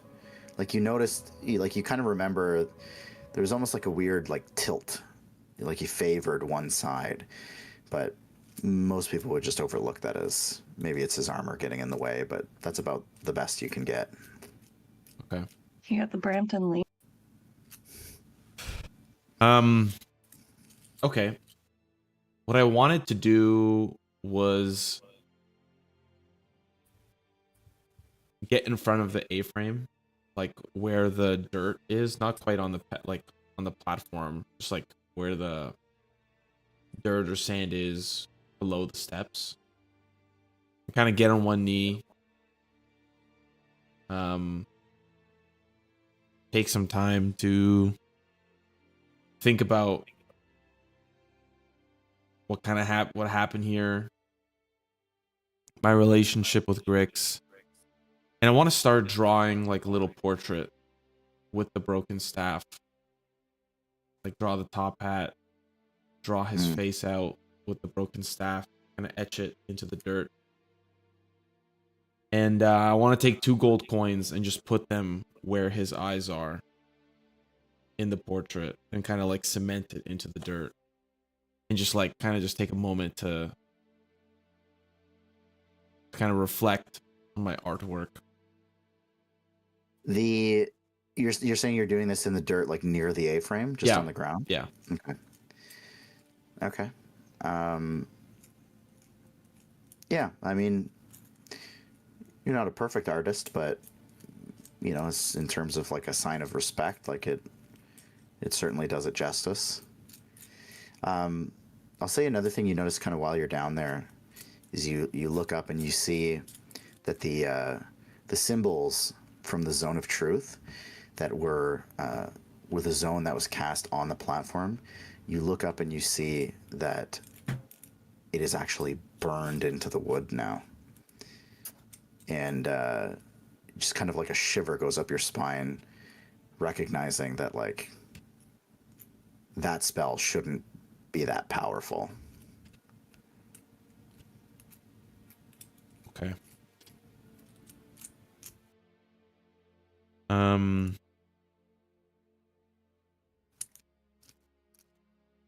Sorry, just writing that down.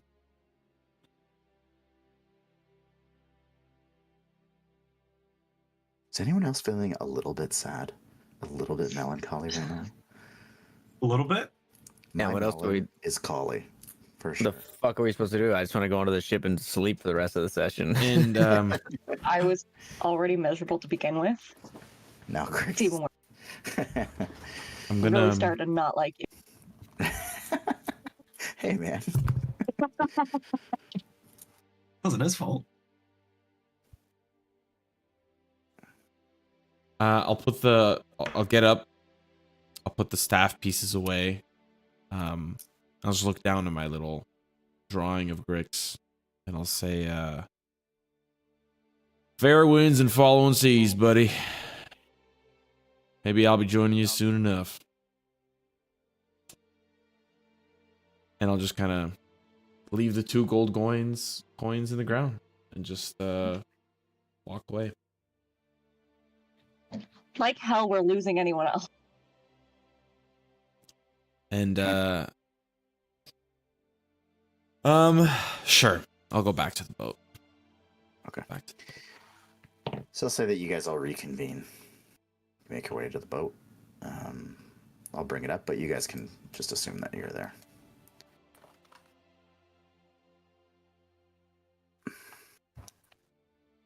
Wyatt, you good? Yeah. Yeah. I'll be all right. It took everything in my power to, not rip him down from that pedestal, but I can't help but feel that I didn't do enough for him in that moment. But I was terrified of what would become of the rest of us if we just continued to act out. Listen, man, you did your best. I think Grix saw that. And quite honestly, maybe you were the only one that could have done something in that position. Think all of us were going to fight our way out of there? I think we all would have been dead. I mean, Grix killed that girl in one hit. Like, that shit look easy as hell. It did go down really fast. Anyways, I think you're too hard on yourself. Yeah, I just wish there was more we could have done.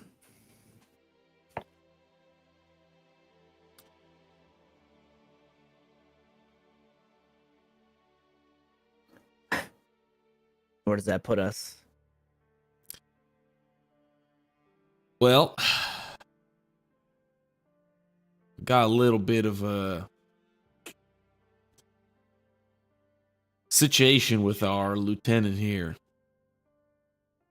Yeah.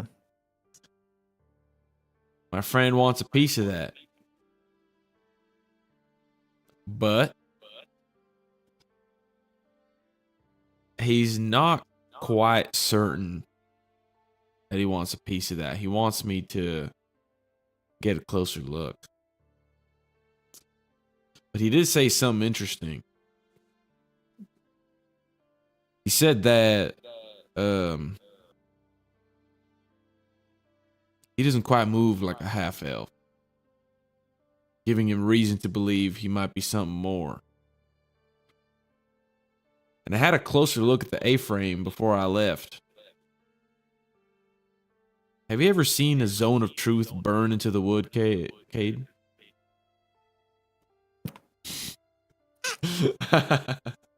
Have I? Franklin? No. No. It was etched deep into that wood. Not to mention, you remember those things that were hanging over our shoulder when we met him? Yeah. There's something odd about this guy. And my friends seem to take notice.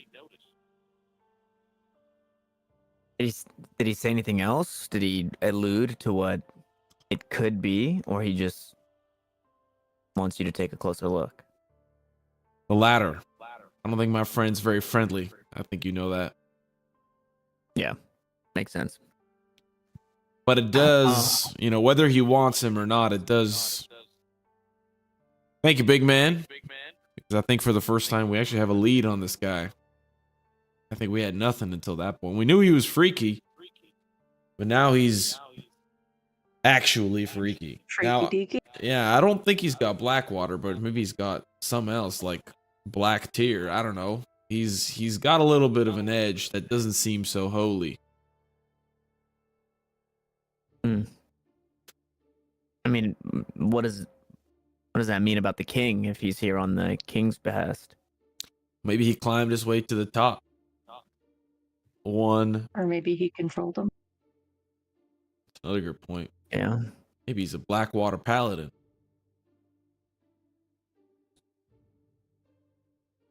Maybe the king's under the Blackwater, and he sent him here to put things back in order. I don't know. But Maybe it's a grip of worm tongue situation. I don't know. I'm just relaying information. I'm hoping he says, never mind. He's just a half elf, but we'll see once I get a closer look. If your friend wants them, we We should definitely look into that. We need him gone. I don't like him. Why is that? I don't Why is think that, any of us Barry like him at McCockiner? this point. I just don't like him. He's scary. He's evil. He killed Grix. Does that make him evil though?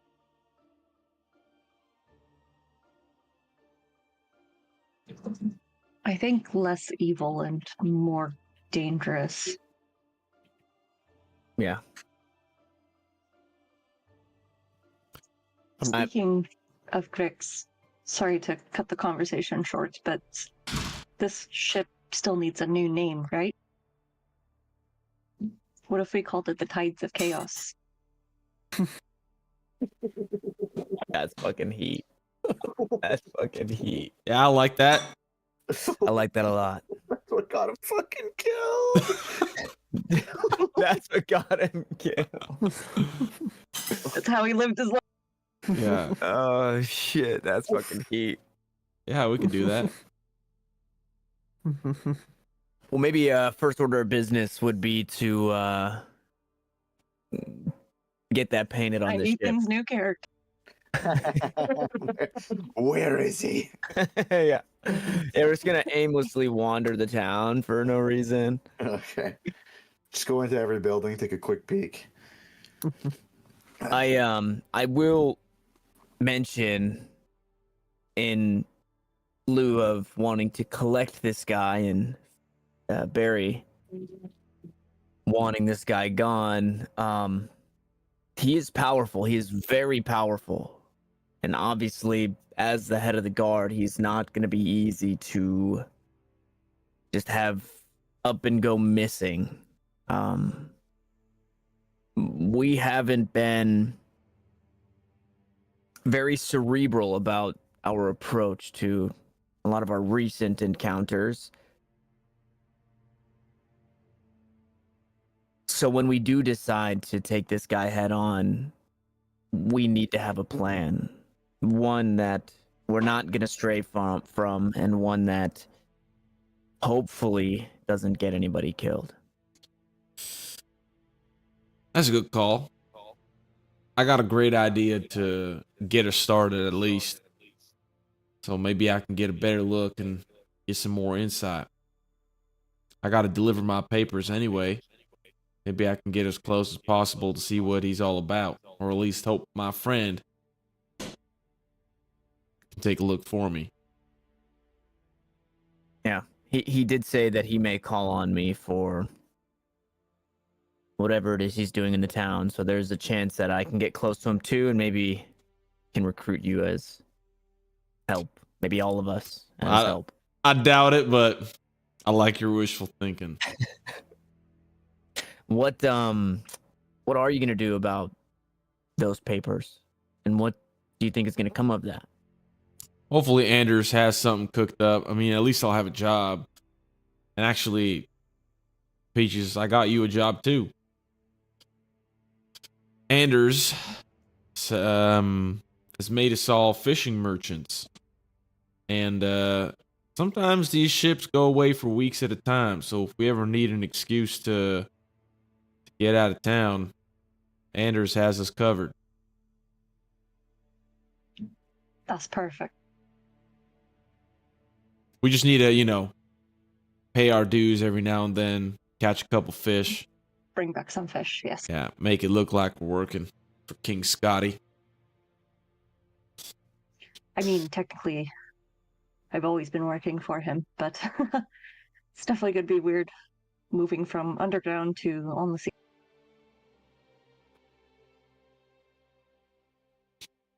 In the meantime, Looking forward. I probably want to spend some time in the underground. As sneakily as I can. Kind of want to see what they're doing now. And well, I got summoned to take a look, so I'm going to do that alone. Not cause any more trouble from you guys. I'm sorry, you're going underground, like into the mine alone? Oh, no. Into the smuggling market. Oh, I understand now. I was like, why the fuck are you going into the mine? Well- And you said you have a way to do that. Is that are you gonna be hidden? Are you gonna be? I'm not gonna tell you no, but I would imagine the clock starts now that Mr. Nightfallen is gonna be cracking down on that. I would hate for you to be put in a compromised spot. I'll be fine. I know what I'm doing.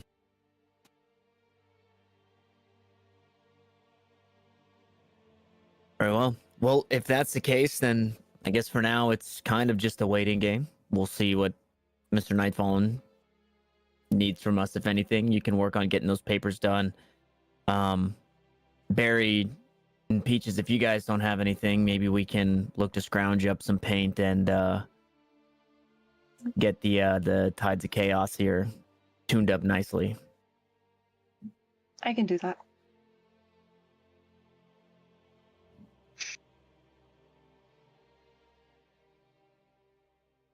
Okay. All right. I'll say it this. Let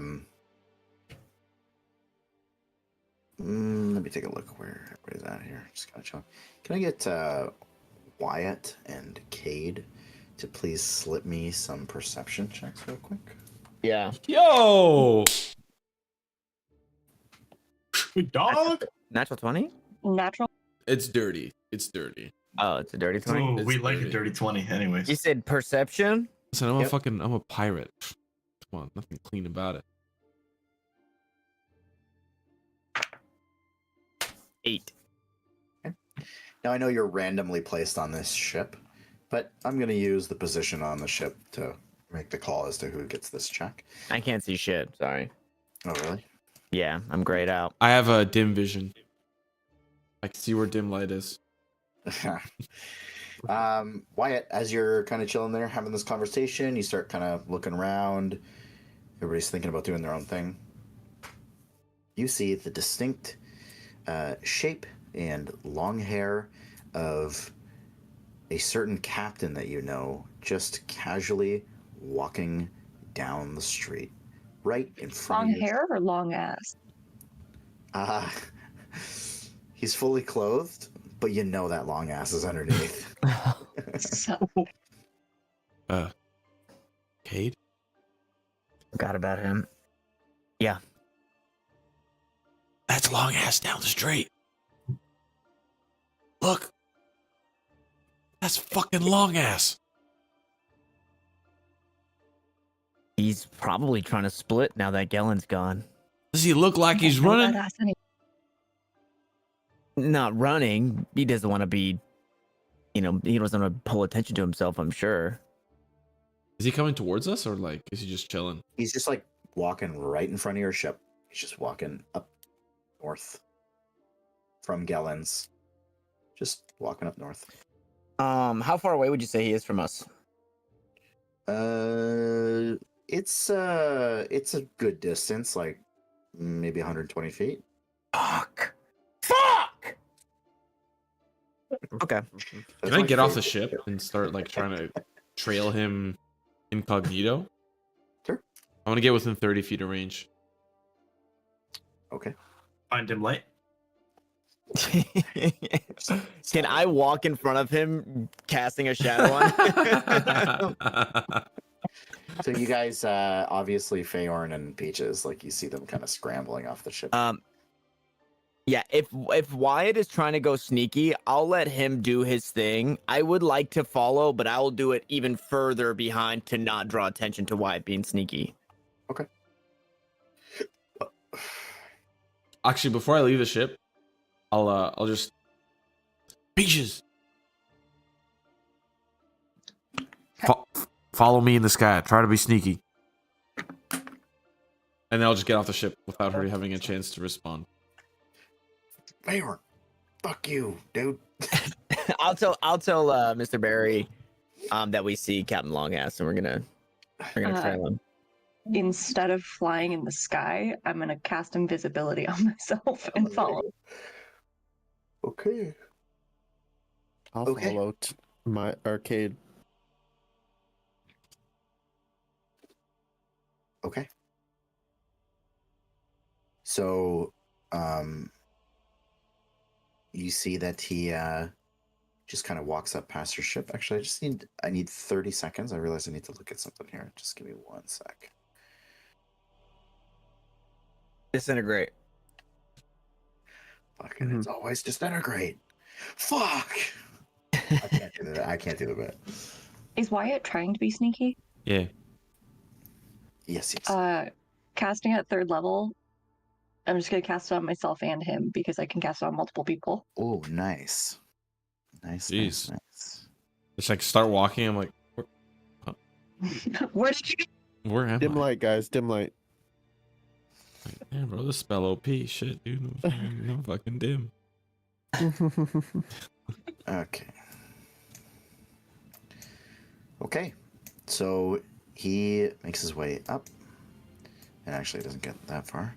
And he just takes a little turn. So he left Gellens from here, went up, and walked this way. And you see him just carrying on. I'm actually just gonna follow him. I was gonna do something, but I'm just gonna kind of want to see where he ends up. Sure. He goes to a bar called the Snapping Line. This building right here. He's and just so you know, he's not like wearing a captain's hat and all that shit. He's got pretty drab clothes on right now. He's got a hat on, but it's pulled down pretty far.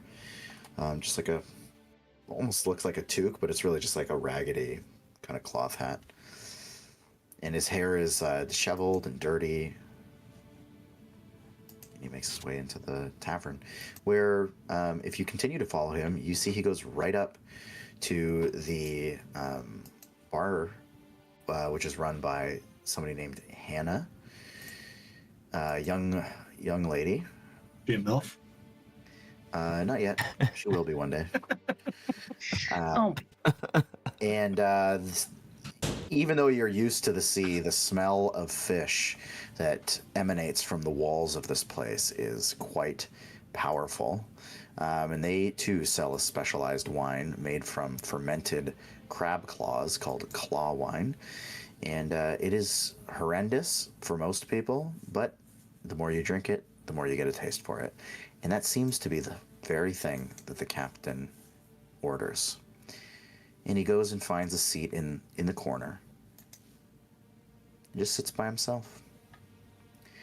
Blends right in to the maybe 16, 17 people that are hanging out at that bar with him. By himself, at a table. By himself? I'm gonna try to sneakily. Well, I mean, I'm invisible. I'm gonna do my best to sit at the table with him without him noticing. Okay, give me a stealth check with advantage. are there rafters in this? Yep, it's a pretty big I'm gonna establishment. Perch up. jump up to one of the rafters. Did Milo come in? Kate come in? No, he just kind of. Not in. We would have just. I think I would have had Barry stay outside with me as we see him walk in. Surely he'd recognize us if we walk in, so we'll just stay on the outside. I rolled an 18. 18, okay. So you gingerly sit and you just watch this man drink away at his rancid beverage. And Is there anyone paying attention to him? Like, or is Nope. it just kind of like the bustle of the bar? yep, everybody's just into their own business. It's not quite as rowdy as it normally would be given the events of the day, but it's loud enough that he just kind of blends in. If I were to appear, would people take notice? I'll say that you being invisible, having kind of all the time in the world, you could find a good moment to make Okay. yourself. I'm not gonna do visible. that yet, but I will say something aloud.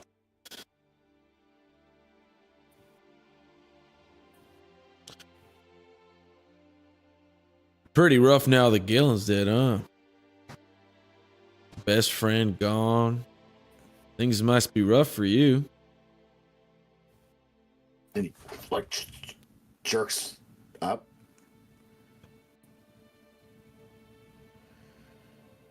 Looks around. Man. Mine's going on me. Just Oh, keeps- oh no, I'm real. He looks around.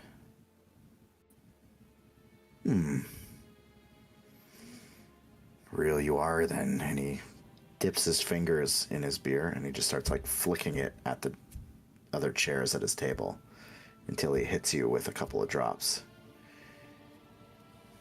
Can I find a moment to appear? Yeah. I'll just sit with my legs crossed.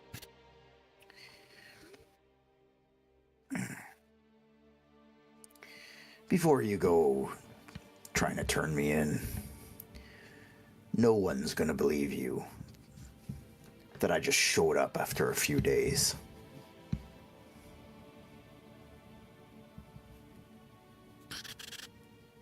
And what are you still doing here?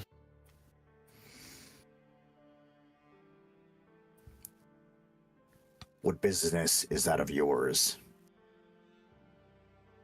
I mean, I think, that's fair. Well, I'm making it my business. We'll go ahead then. And he just keeps drinking. I'm gonna go get another one of these. I'd offer you one, but I no longer have a benefactor paying my way. I'll like take out a dagger and stab it on the table. I don't think you're going anywhere. Or you're gonna murder me in cold blood like your friend there. That ended up pretty well. Do you have a dying wish? It seems that I do. And he just walks right on by. And he gets up and goes and grabs another drink. Just casual. Brings it back.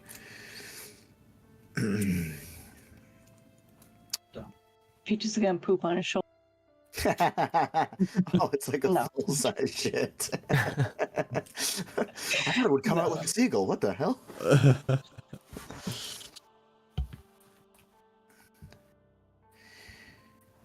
So did you come here just to threaten me?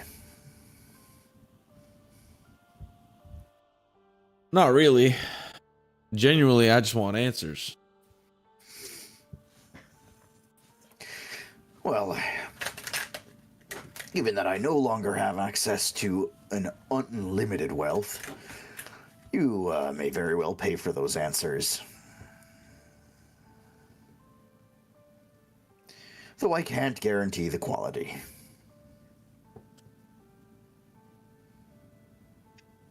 Why is your ass so long? 10 gold. That's a family secret. It's like a recipe passed down from generation to generation. If I cast a spell right now, is it going to be obvious to other patrons in the bar? Extremely. It will break your invisibility. Well, I'm He's already out of He invisibility. broke out of it. Oh shit. Okay. No. It would be very obvious. Damn. What's the fucking Unless- point of this spell? If you can't. Which one? I was gonna try to use suggestion, but there's a fucking, verbal component. We've used that spell before. It's a great spell. Yeah, but other people are gonna know. And It It's has a verbal verbal component. as says as a and verbal. material. Well, we don't. Doesn't have a like. So a- no somatic. Oh, there's no somatic. yeah. So you I can mean, just speak it. you'd be okay. Oh, really? Yep, you'd be okay. Then I'm gonna try to cast it. That is the point of the Okay. And what's the check? It is a wisdom saving throw. And this guy's pretty fucking stupid, so.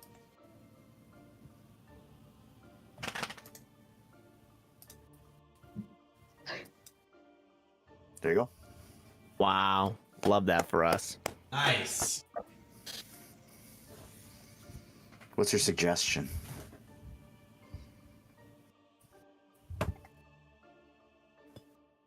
I suggest you tell me all about your relationship with Galen.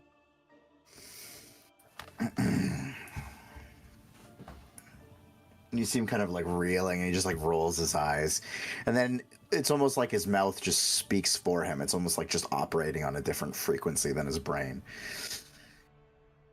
Well, Galen and I aren't really exactly friends. You know, he paid me a good number of times to run errands for him, take over big shipments, and a lot of those shipments included, well, I should say, all of those shipments included stolen goods, stolen people, slaves, weapons, you name it. I was just the captain of the ship to him until recently, whereupon I found myself living in his home, tucked away upstairs in an attic that is, well, unbeknownst to most people, as it's got a hidden entryway behind a bookcase. He told me a few things that he was up to, working with a couple of, well, I guess, alchemists to harness the power of some sort of bullshit water that he found, and I stopped listening after a while, and that's about where our friendship ended.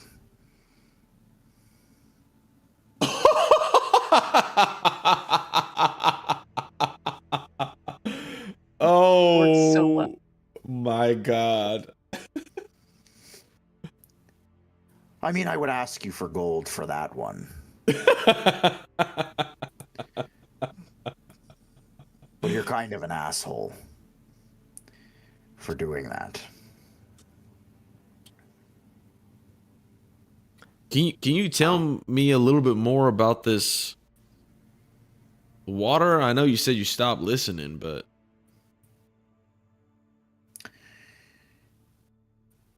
Well, that one will cost you.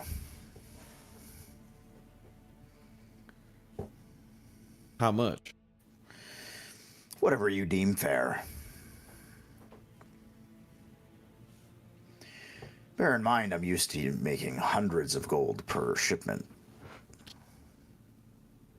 Yeah, but that's a lot of work. This is a couple minutes of your time. Yeah, so then deem it fair. Come on now.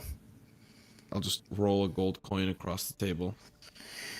Oh, one more will do ya. I'll roll another. There we go.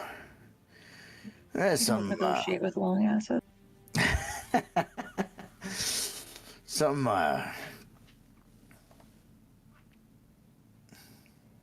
black water. The shit that people and haw about being something real. He said he found where it was coming from, or at least the region. Couldn't say he pinpointed it. And he got enough of it when it passed by once or twice. You see, he has sentries posted up in the waters. They were able to scoop some up, enough that he could tinker around. Found some sort of alchemist, never met him, and he's been experimenting with it ever since. These alchemists, they're in his mansion right now. That's right. Some sort of other secret compartment they're hiding in. You were in the attic and they were... I don't much know.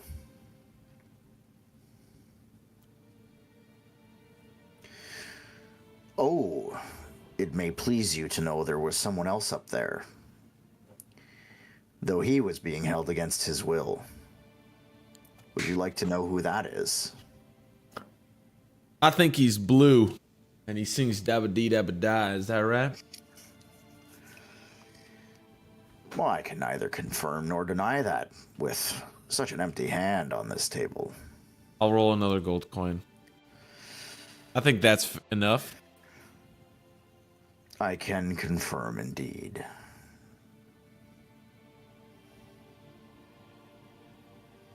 Well, that is fascinating. And so now you've got nothing left. Your gold bank is run dry, quite literally. Yes, but many ports await my near future, I'm sure. You see, the Brotherhood, they're going to be sending someone my way soon enough, despite all this nonsense about the ports being locked down. You can only lock them down so much. Gold will pave the way to our freedom.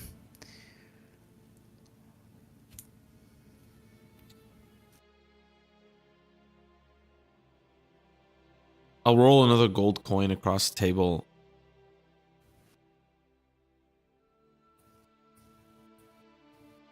Why were you shipping weapons to the lizards? Did Gellan want to support them in the war that they were fighting? Gellan takes a cut of everything. I'm just the shipping manager. I pick up, I drop off. And he, somewhere on the back end, oversees the transfer of goods and the transfer of funds. Lines his pockets pretty well. So he just made a quick buck on some weapons. He has no horse in the race. He's just funding one side or the next. I never considered that. Perhaps he did.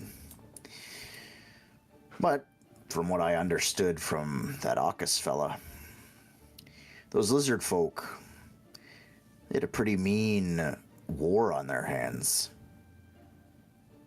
Sounds like they were fighting some infected race of underwater creatures. Flew a little too close to the proverbial sun, as it were. I don't know if Gellan knew, but I think they were fighting the Blackwater. Aye, that could be right. I don't much know about those matters, though. Do you still have keys or anything to Gellan's property?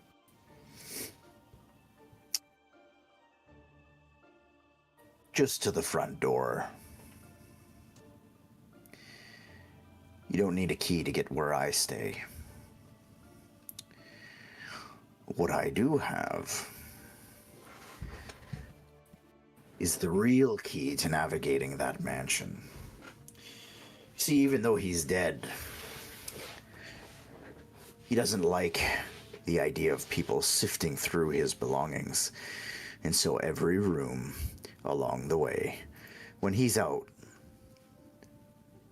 those rooms will get you. Unless you know what you're doing. Now that that would cost you.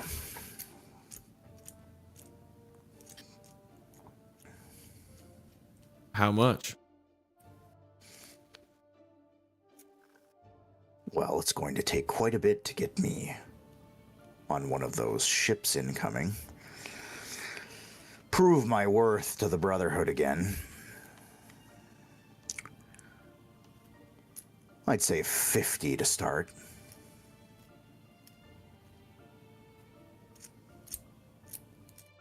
To walk us through the mansion safely. Oh, if I'm going there with you, maybe it's 70. Or 50 and you can heed my warnings.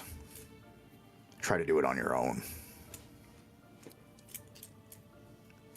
You're around for the next couple days, right? No place better to be. I was going to stock up on some food, go back to my dwelling, and wait out the weeks until I needed a pickup. Which is where in the under the tannery? No. I'm going to be walking straight off of one of those docks. No, your dwelling. Oh no, I'm staying at Gellen's. See, you're not the only one with tricks to get around. I just didn't think I needed them to get to a bar. Apparently I did. And he like opens up the inside of his coat and he's got a couple bottles hanging from the inside. Those must be new. I didn't see those before. Well, when you have a live-in alchemist, there are some benefits. We'll be in touch. I'll roll another gold coin across the table and excuse myself from the table. I'll be coming back out in 3 days. And I'll be right back here. Unless you choose to, get in and come and visit me on your own. We'll see about that. Enjoy your drink. And I shall. I'll step out. Okay. Peaches, you would have taken in that whole conversation. Okay. That's why I made. Do I see Cade and Barry McCockiner outside? Up to them. Before I leave. Yeah. Still invisible. Can I try and pickpocket the gold? Pickpocket the gold? Yo. Damn. Give me a sleight of hand check. At advantage because I'm invisible. I want to actually play this one by the book. One sec.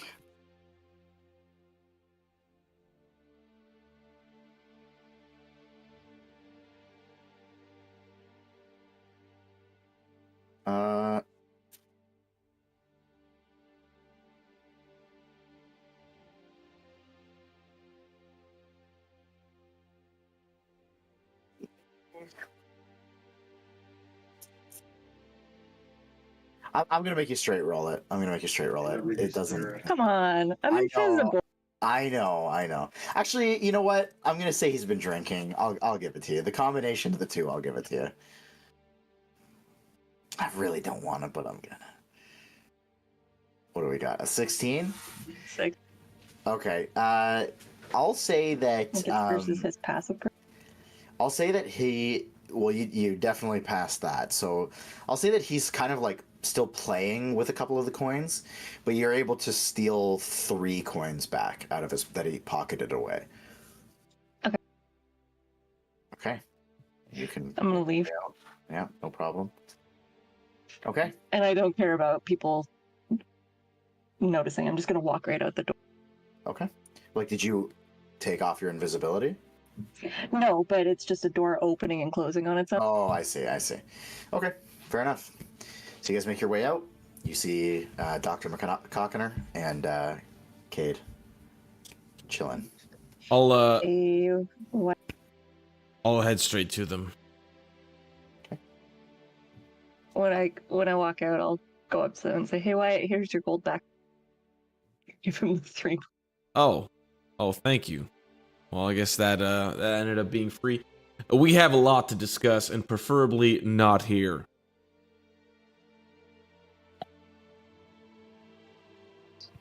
Back to We the do ship. have a ship. Let's go back to the ship.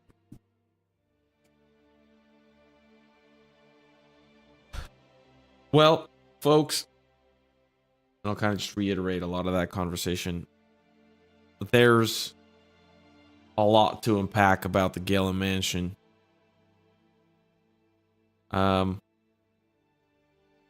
at least we found the blue guy. Fucking knew it was. But the biggest thing, as much as we hate him, the captain is willing to help us navigate the booby trap mansion for 70 gold. For 50 gold, he'll tell us what we can expect and we can do it ourselves. If we choose to go with the captain, he'll be back in 3 days at the same place. He also said it's only a matter of time before the Scarlet Brotherhood is going to send someone here to get back to smuggling. They don't seem to be fazed by this lieutenant whatsoever.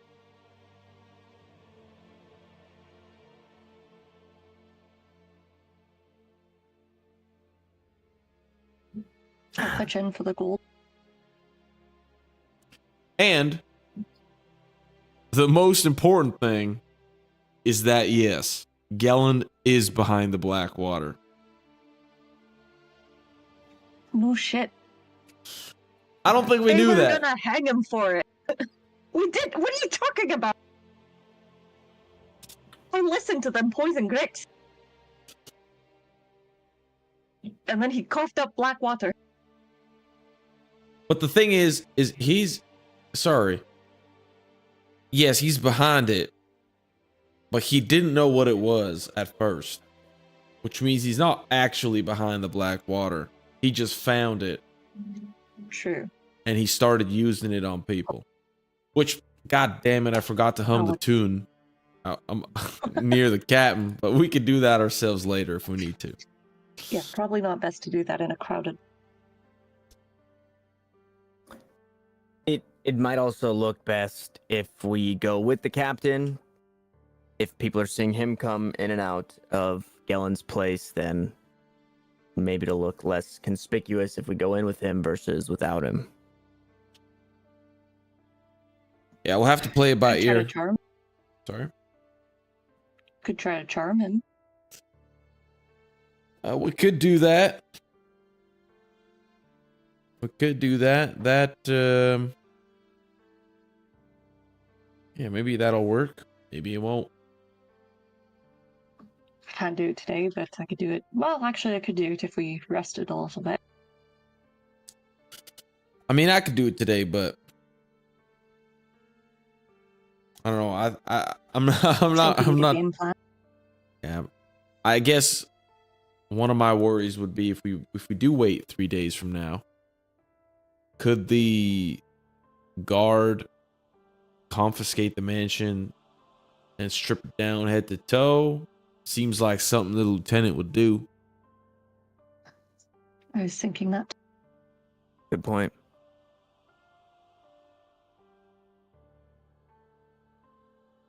He didn't give us the option to go now, though, did he? We could go now. He's probably still at the bar, but then we have to wait 3 days before he comes back out again. Yeah, I mean, let's catch him now. Try and get ahead of it before, because 3-day window, a lot can happen. All right, let's go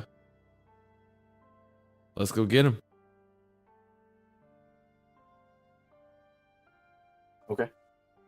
And we just drive to get there faster. We just drive our boat through town. Actually, no. I wanted to open up. Still out. I wanted to open up the map and press E to fast travel to the bar. Okay, done. Pretty sure we're like 10 steps away from the bar. Okay, so you're going back to the captain? Yes, I think we're all going into the bar together to. I don't want Visible, to. though. Everybody's visible. Yeah, Everybody's I'll not visible. be invisible this time. Okay.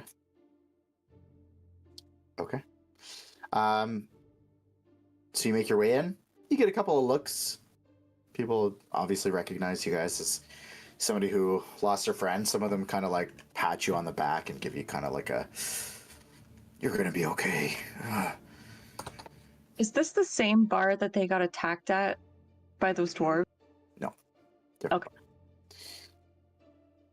And you see the captain just kind of like roll his eyes as you approach. He just kind of kicks his feet up and, are you trying to draw more attention to me? The unseen servants. No, we just want to be proactive. We want to get shit done. I'm gonna drop like a bag of gold on the table. And as I say that, also I want to attempt to charm person. Like with the bag on the table, like. So charm person does have a somatics component, right?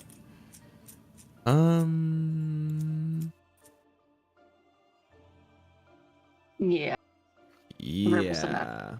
Yep. So you would, I mean, think of it basically like you're putting on like a small light show, basically, moving your hands around, doing your thing. So you can definitely do that. Fuck it, no balls. You're doing it? Let's do it. Okay. What does he have to roll? He still has to. He gets to roll a wisdom save again.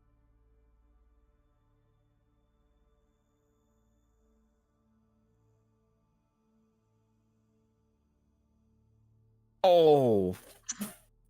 Fuck. Holy! Did you guys get the animation too? Oh fuck. We just saw the question mark That's dice. the question. Oh. Oh Well, I got God! the animation. And he goes, easy there. And he looks around at everybody at the bar. We're just playing a little game. We do a little magic with each other. Is what's in the bag what I asked for? That's right. Then you don't need to be pulling that shit on me. You want to go now? Is that right? Whenever you're ready. And he picks up, he's got an empty mug, picks up his full or half full one, just drains it. Fine. Could you please just, at least, walk a little spaced out? Take a different street. One of you walks with me, the rest of you go around the other way. For the love of God. We could meet you there in 20 minutes. Aye, that'll do. Just come through the front door. I'll head straight there. One of you come with me. And he kills the person that goes with him. Not it. I'll go. Because I will kill him if I go. I paid for Very it, well. so Fine. And he walks you down the same way he came, down this way. And as he like kind of steps out with you guys, he like points to the three of you and he, points down this direction to go like around the long way. And as he approaches the mansion, he just kind of slowly like slows down, like kicks back against a wall, just like watches things, looks around the streets, make sure nobody's there. And as he's leaning up against one of the buildings, he just kind of points and they've already got him in the casket. And he points at the like right on the front yard. There's just like a stone platform with a casket on it. There's going to be a lot of attention here tomorrow, bright and early. So don't get yourself caught in here. And he walks around the back and brings you in.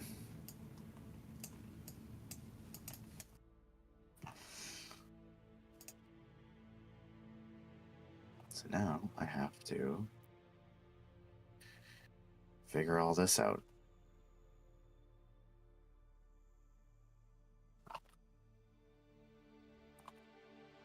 What a time to roll a nat 20, huh? What a time. I can't even fucking spell natural 20. I couldn't even tell you last time I rolled one. You literally came back to life. Oh, that's true. I did come back to life up a nat 20. Fucking shout out my moon dice. For real. They come in super clutch.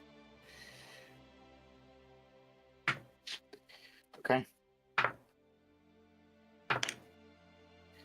All right. So you three are obviously not here, but the two of you, he just kind of walks up,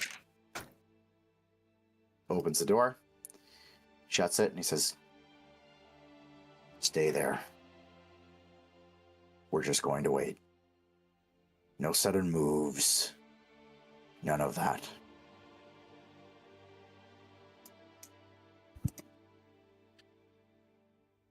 What are we waiting for? Your crew.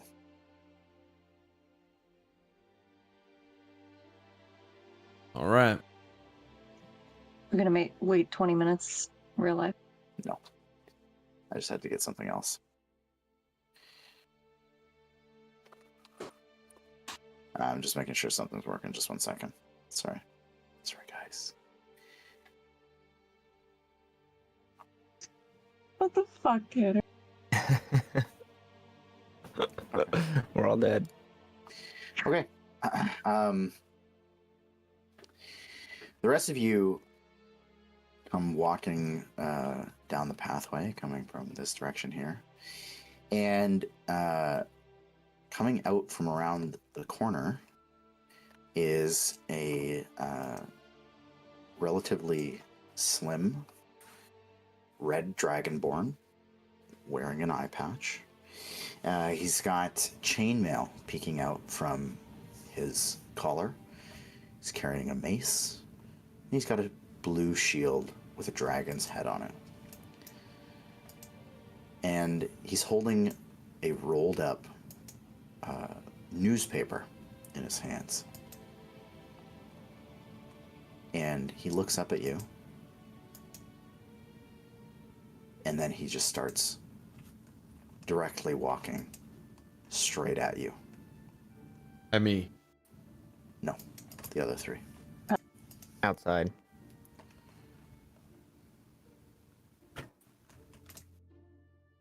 Do. Just gonna mind my own business. And he's just walking straight at us. Yep. Gee, I wonder who this could.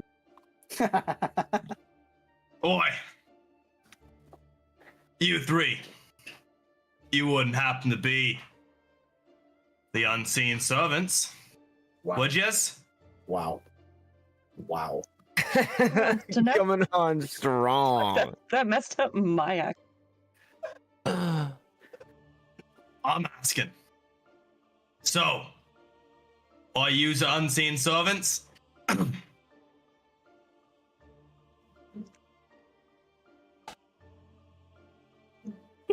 Feel like we'd be doing a pretty shit job if we were seen. Supposed to be unseen? I'll unravel the newspaper. Well, you fit the descriptions. A pink bud, whatever that thing is with the beard, and you, lanky man.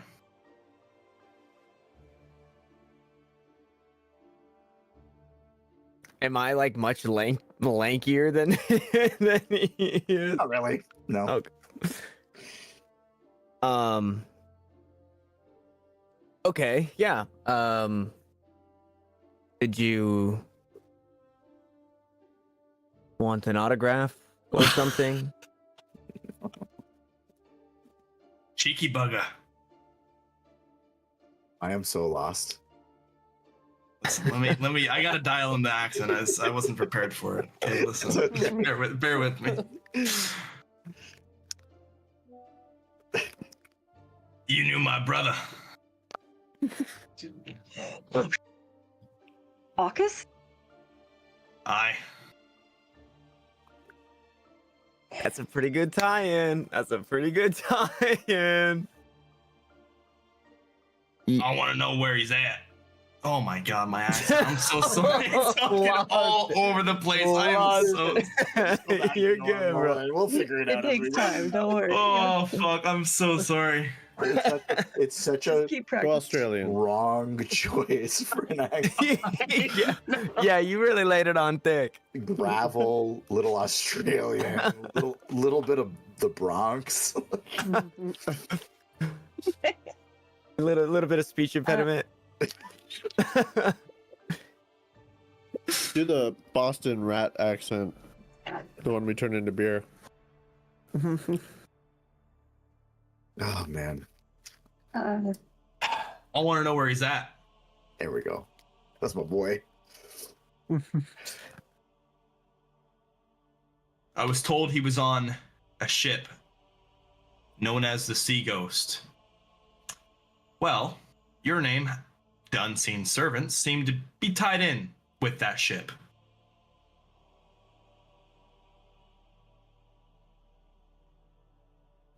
Yeah. We had commandeered the Sea Ghost, and it is our ship now. The prisoners were let free, but your brother Akis, he played a different role. He was, I'm assuming you do as well, but he spoke the language of the lizard folk. He was being used as a translator, and he agreed to come with us to, well, we tried to partition peace with the lizard folk, and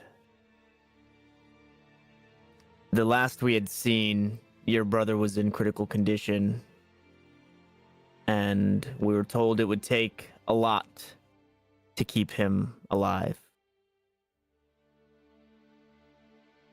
So you saw to it his demise?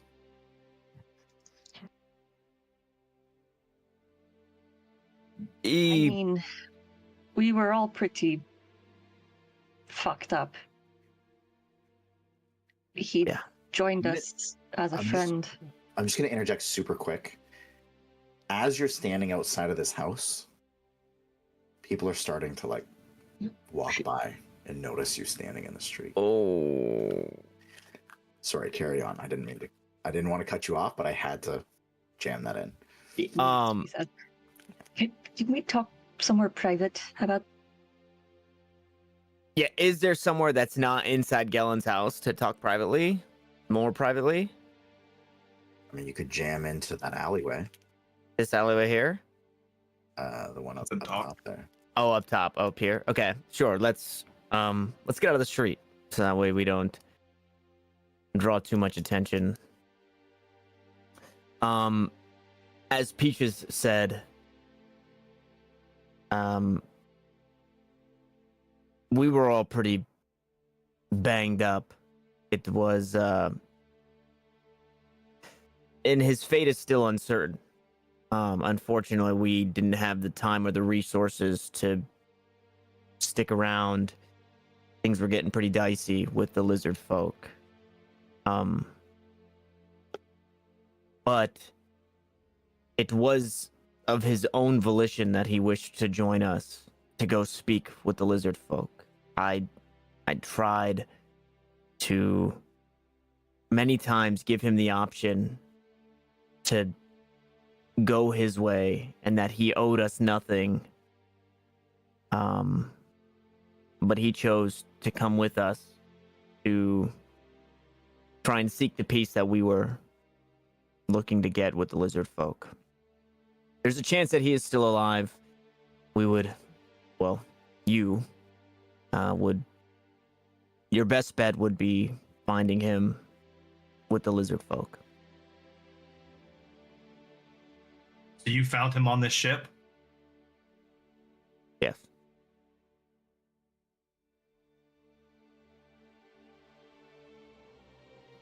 What you're He helped us describing does sound like August. Greatly. That would be my brother. That does sound like something he would do in the eyes of Bahamut.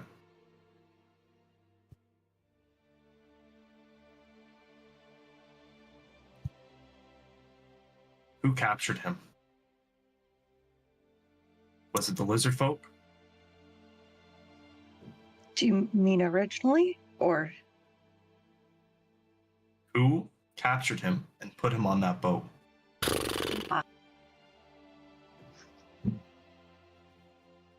we could, two birds, one stone. I can find a stone and you're one True. bird, so Fuck you, first of all. The entire, the crew of that ship is dead. the entirety of that crew is dead. The crew of that ship is dead.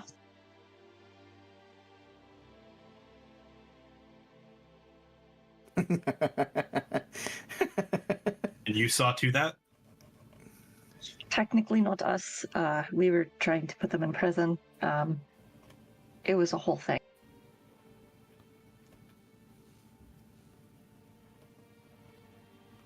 I'm gonna curse in Draconic. Sorry. Kind of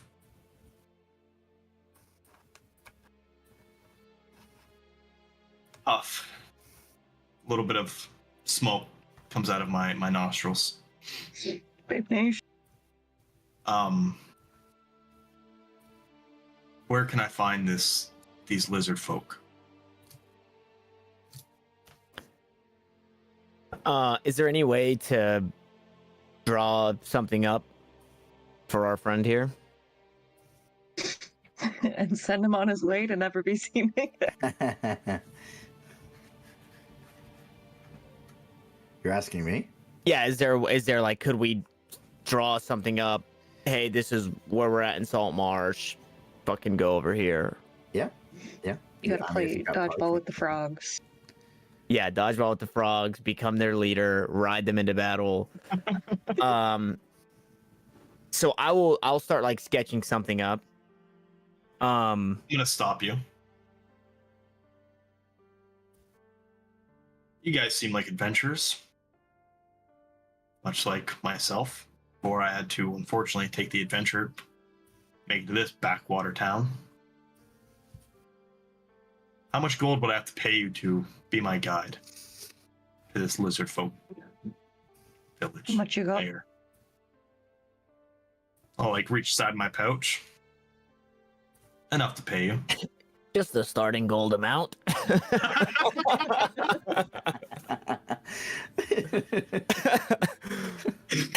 4d20s plus 4.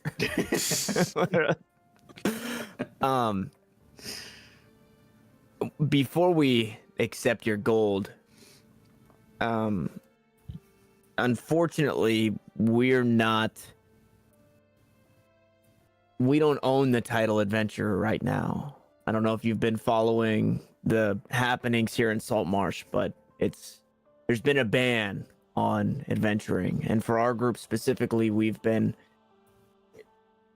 told to sit tight, essentially. We have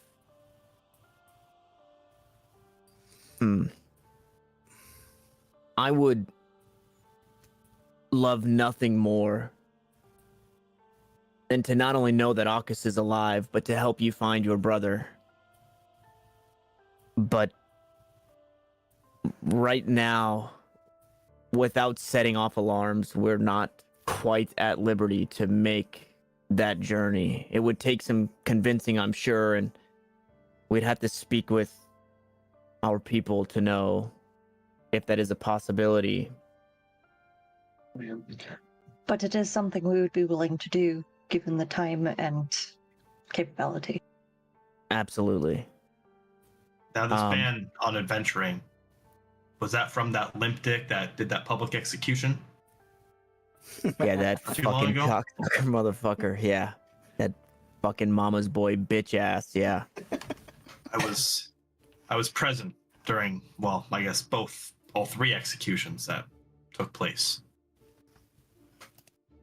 Being as someone who is an outsider to this godforsaken town, didn't feel right to intervene. But I can tell you one thing. Anything to do with the King's Guard isn't good. especially in such a dump like this. Jesus Christ. Well, this dump is home to us. I mean, it's got its value. It's been better. We're currently in the middle of something. Would you be okay to wait here or wait in the area, and once we finish up, we can come find you and we can further discuss or maybe add you to the discussions of seeing if we can't venture out, or prolapse isn't the right word, but you know, like do the thing on the ban, get rid of the ban. I feel like it's an elapse word or something like that. Prolapse laws. Would you be willing to wait for our return? We shouldn't be long. And then we can maybe discuss, put our heads together, and see if there is a way that we can get around this ban on adventuring. Well, seeing as I've been traveling for a week or two now, seems like longer now. I lost track of the days going from port to port. I could use some rest, but I can meet you back at this cursed ship that took my brother. If that's okay with you. Yeah, I think that'd be fine if you. You can help yourself to some food if there is any. Yeah, I will not go be on. stepping foot onto that ship. As that what it's place that took my brother. What? It was a slaver ship from the rumors I was being told. We're taking it back though. What if we change the name? Put it towards doing good. But does that change what happened on that ship? And what happened to my brother on that ship? Changing the name I doesn't mean, they change treated anything. him pretty well, but yeah, I get your. Didn't seem like they treated him very well, considering he was held captive. I mean, compared to the other captives, because they saw you. Anyways, that's neither here nor there.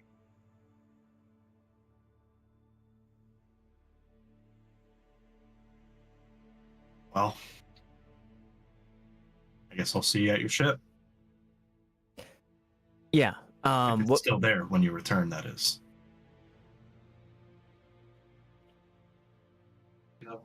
Why wouldn't it be? What do you mean? Where would it go? Ships do float, and water does flow. Please do not sink our ship until we have had a chance to talk. That ship might get us down to the lizards to be able to find Bacchus. Please don't do that. We may need a ship to find your brother. So we pay someone to venture us towards that, to the lizard folk. Don't sink our ship, please.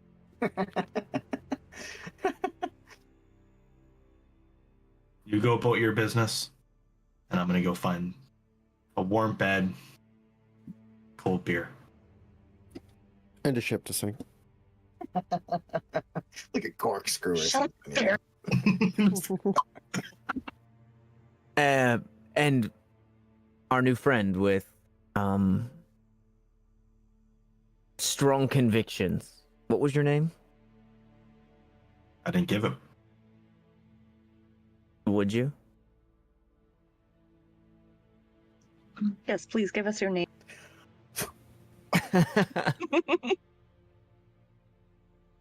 Maybe once I meet the rest of the unseen servants. Well, you met one in the plaza today. That little goblin fellow. Yep. Yeah. I'm gonna spit on the ground. Goblins have no business in a society like this. Jesus fucking Christ. All right. Why are you I just- understand that you came here for help, I remember.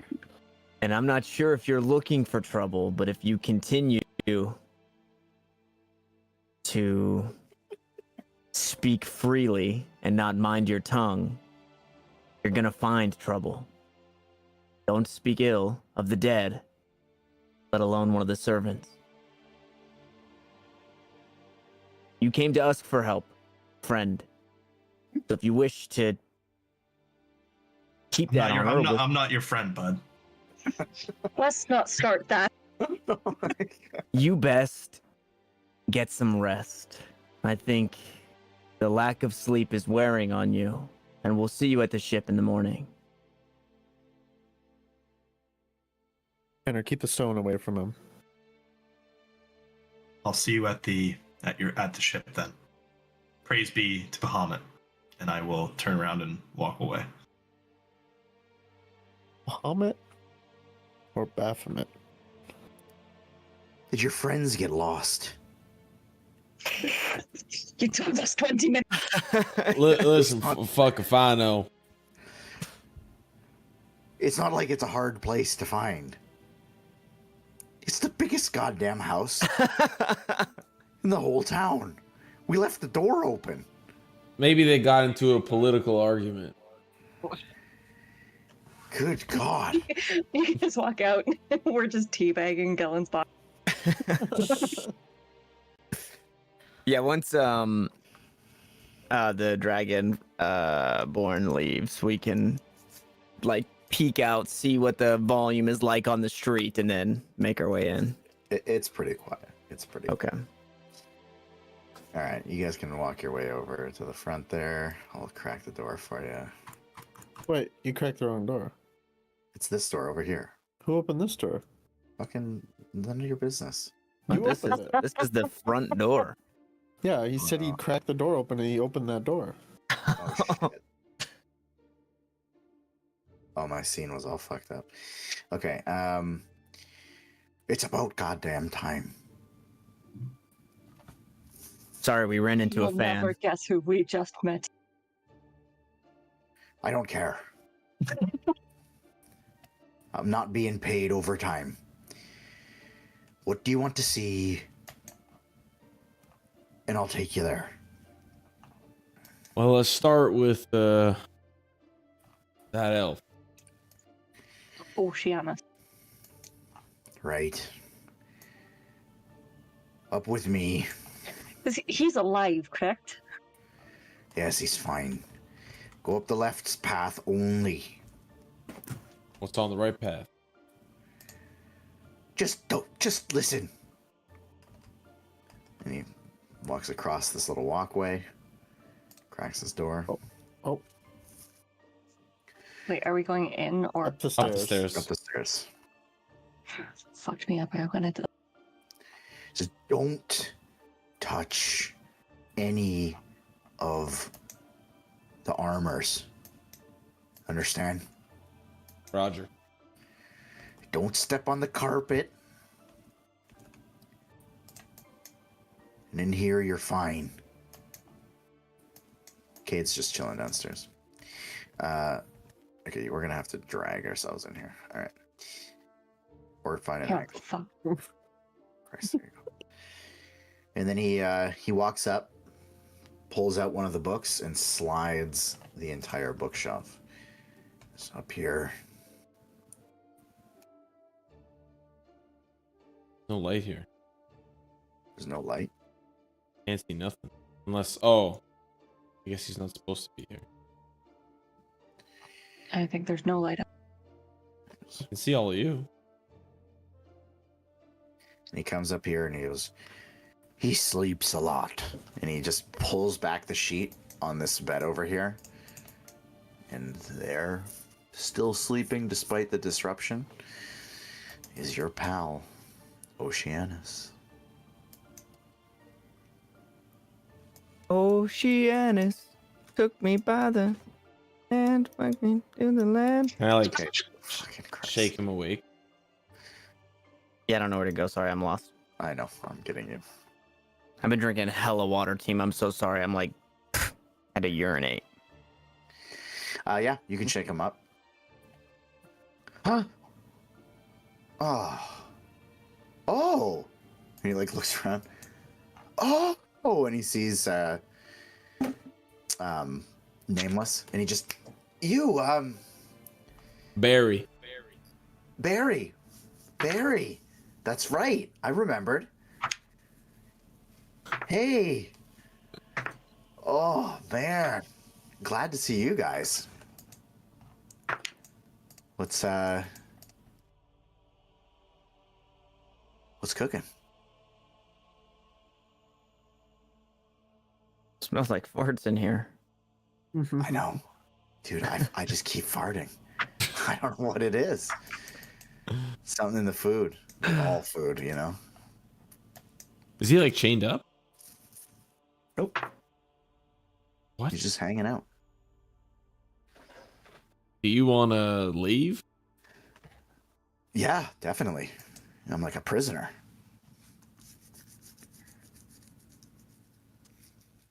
Well, we can help with that.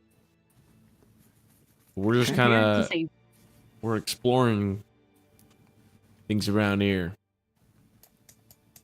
Cool. Yeah, totally. Can I come with? It's fine with me. So long as you follow direction. Yeah, I'm in. Let's get the fuck out of here. This place sucks. Do you sorry. No, go- Have any idea where? I mean, I doubt it, but where the alchemists could be? Oceanus. Did you ever hear Gellin talk about something like that? No, it doesn't talk about it. But listen. And he like gets up and he walks over to this wall. He just like puts his ear against it. He goes, "Listen. You hear that? I'll go over and put my ear against the wall. Give me a perception check." Oh, Janice is gonna fart, dude. Come on. 9. He just got played. 9. Yeah. You don't really hear anything. You do hear one squeak out of his butt cheeks, but he tries to hold it. He says, "Pull my finger." Just sorry. Yeah, you can hear them. It's like they're not right there, but they're there. You know what I mean? They're up here somewhere.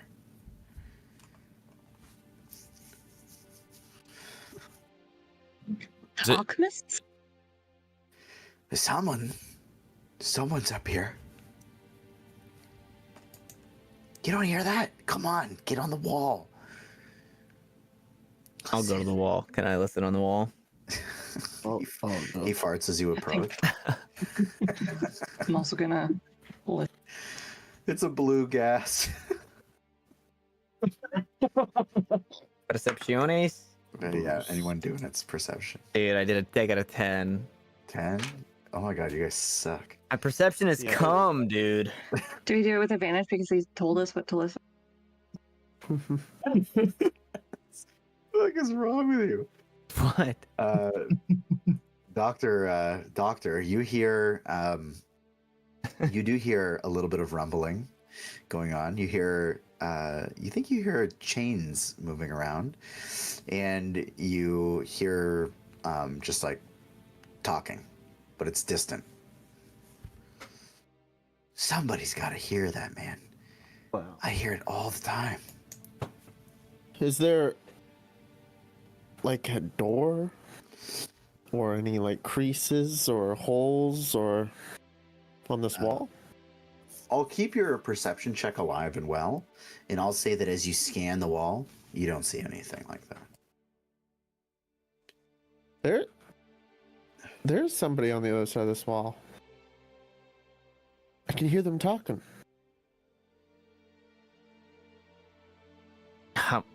I'll look to Captain Longass. How do we get to whatever is on the other side of this wall? I don't know. I'm sure there's some way up. Some sort of hidden bullshit or something. Aren't you supposed to be the guide? What do we pay you for? Yeah, I guided you here. I even told him before. I don't know how to get to where they are. And I mean, I just reap the benefits of them being here. Or I used to. To be honest, I don't even know if they know Gellen's gone. They're probably still just working. Oh, When right. Oceana Skillen's gone. Oh, bummer. Not really. Wait. Why did he have you here? I mean, he asked a ton of questions. Where I'm from, you know, who I'm related to, how to get to where I'm from, you know, the usual. But he just went on and on and on. I was like the most interesting person in the room all the time. Where are you from?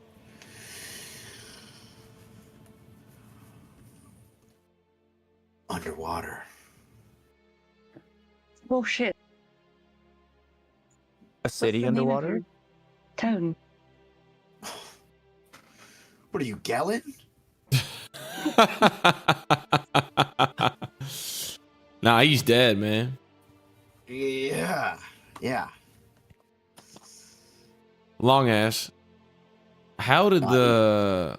Wait, why do I go by that now? I don't know. I think someone stole You've your. seen how long your ass is. Fine. How do the alchemists give you stuff? Did they come up here? Did you No, meet it him in was- the kitchen during breakfast? Like, what was? No, I would have deliveries, or sometimes I would just leave things in the middle of the hall. Hmm. I assume somebody was doing the delivering, though. There are active servants. Those things I told you not to touch.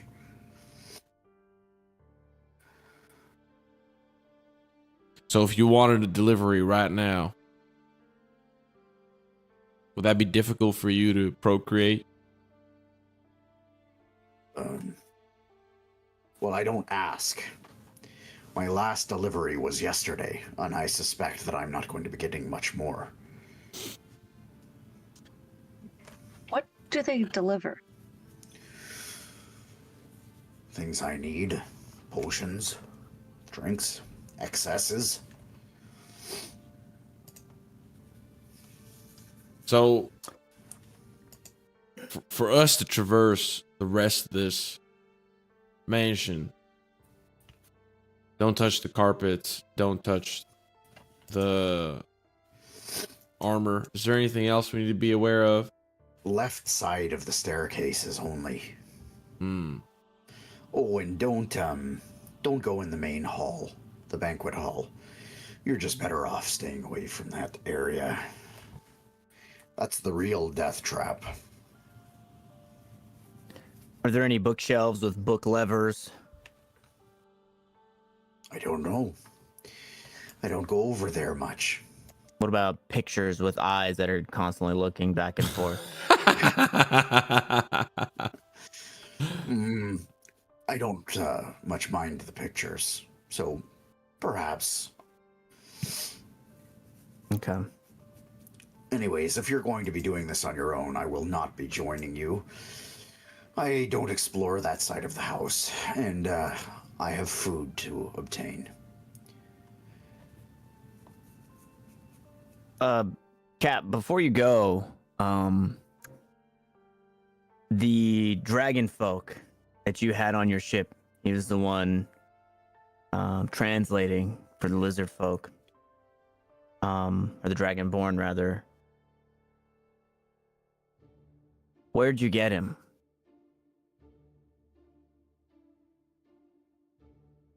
A faraway city, and he holds out his hand. I pull my dick out and put my dick in his hand. What the fuck does this guy want, bro? I ain't got it like that. I'll pull out 5 gold. Wait, what are you, Drake? Did you? It was. Wait. Don't pay him. I think I know where he came. What It's is not. it? The It is something like that. stocks, the stacks, the some. The stacks. The styes is what you're The trying. styes. Your character would remember. Stacks is from Ready Player. We know he's from the styes. I'll hand him fucking 5 gold, whatever. Who ordered you to grab him, or was that of your own volition? We just needed a translator, and he happened to know how to speak, and we happened to be in the area. Luck of the draw. And what did you expect to happen to him? To say everything went hunky-dory. Well, why waste a good slave? We would have sold him. Very well.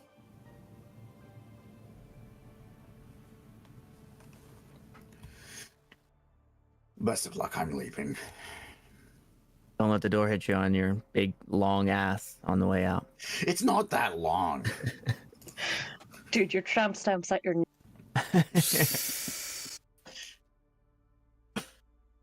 Okay. Wait, he doesn't know that we know he has a tramp stamp. True. If he's gone, Wyatt, there was mention that the alchemists may not know. If Oceanus didn't know, maybe the alchemists don't know. What are the chances you could? You want me to be Gillen?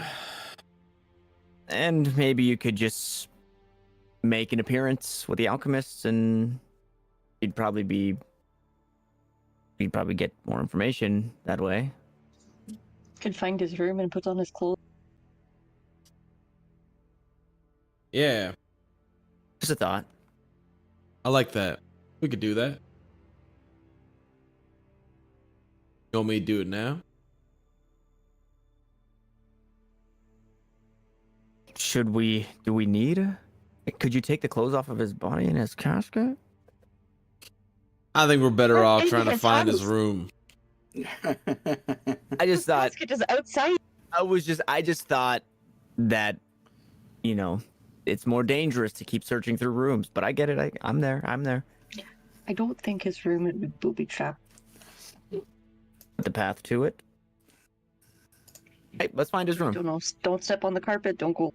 I just. We'll figure it out. So as you guys are heading out here, I'll just say Oceanus kind of joins you up, and he just says, "By the way, I'm from Tridador." And as he says that, Feyorn, Barry, a little memory of 2 creatures swimming you up to shore. And you remember them speaking to each other in your half-conscious body. And one of them saying to the other, "We have to get back to Tridador."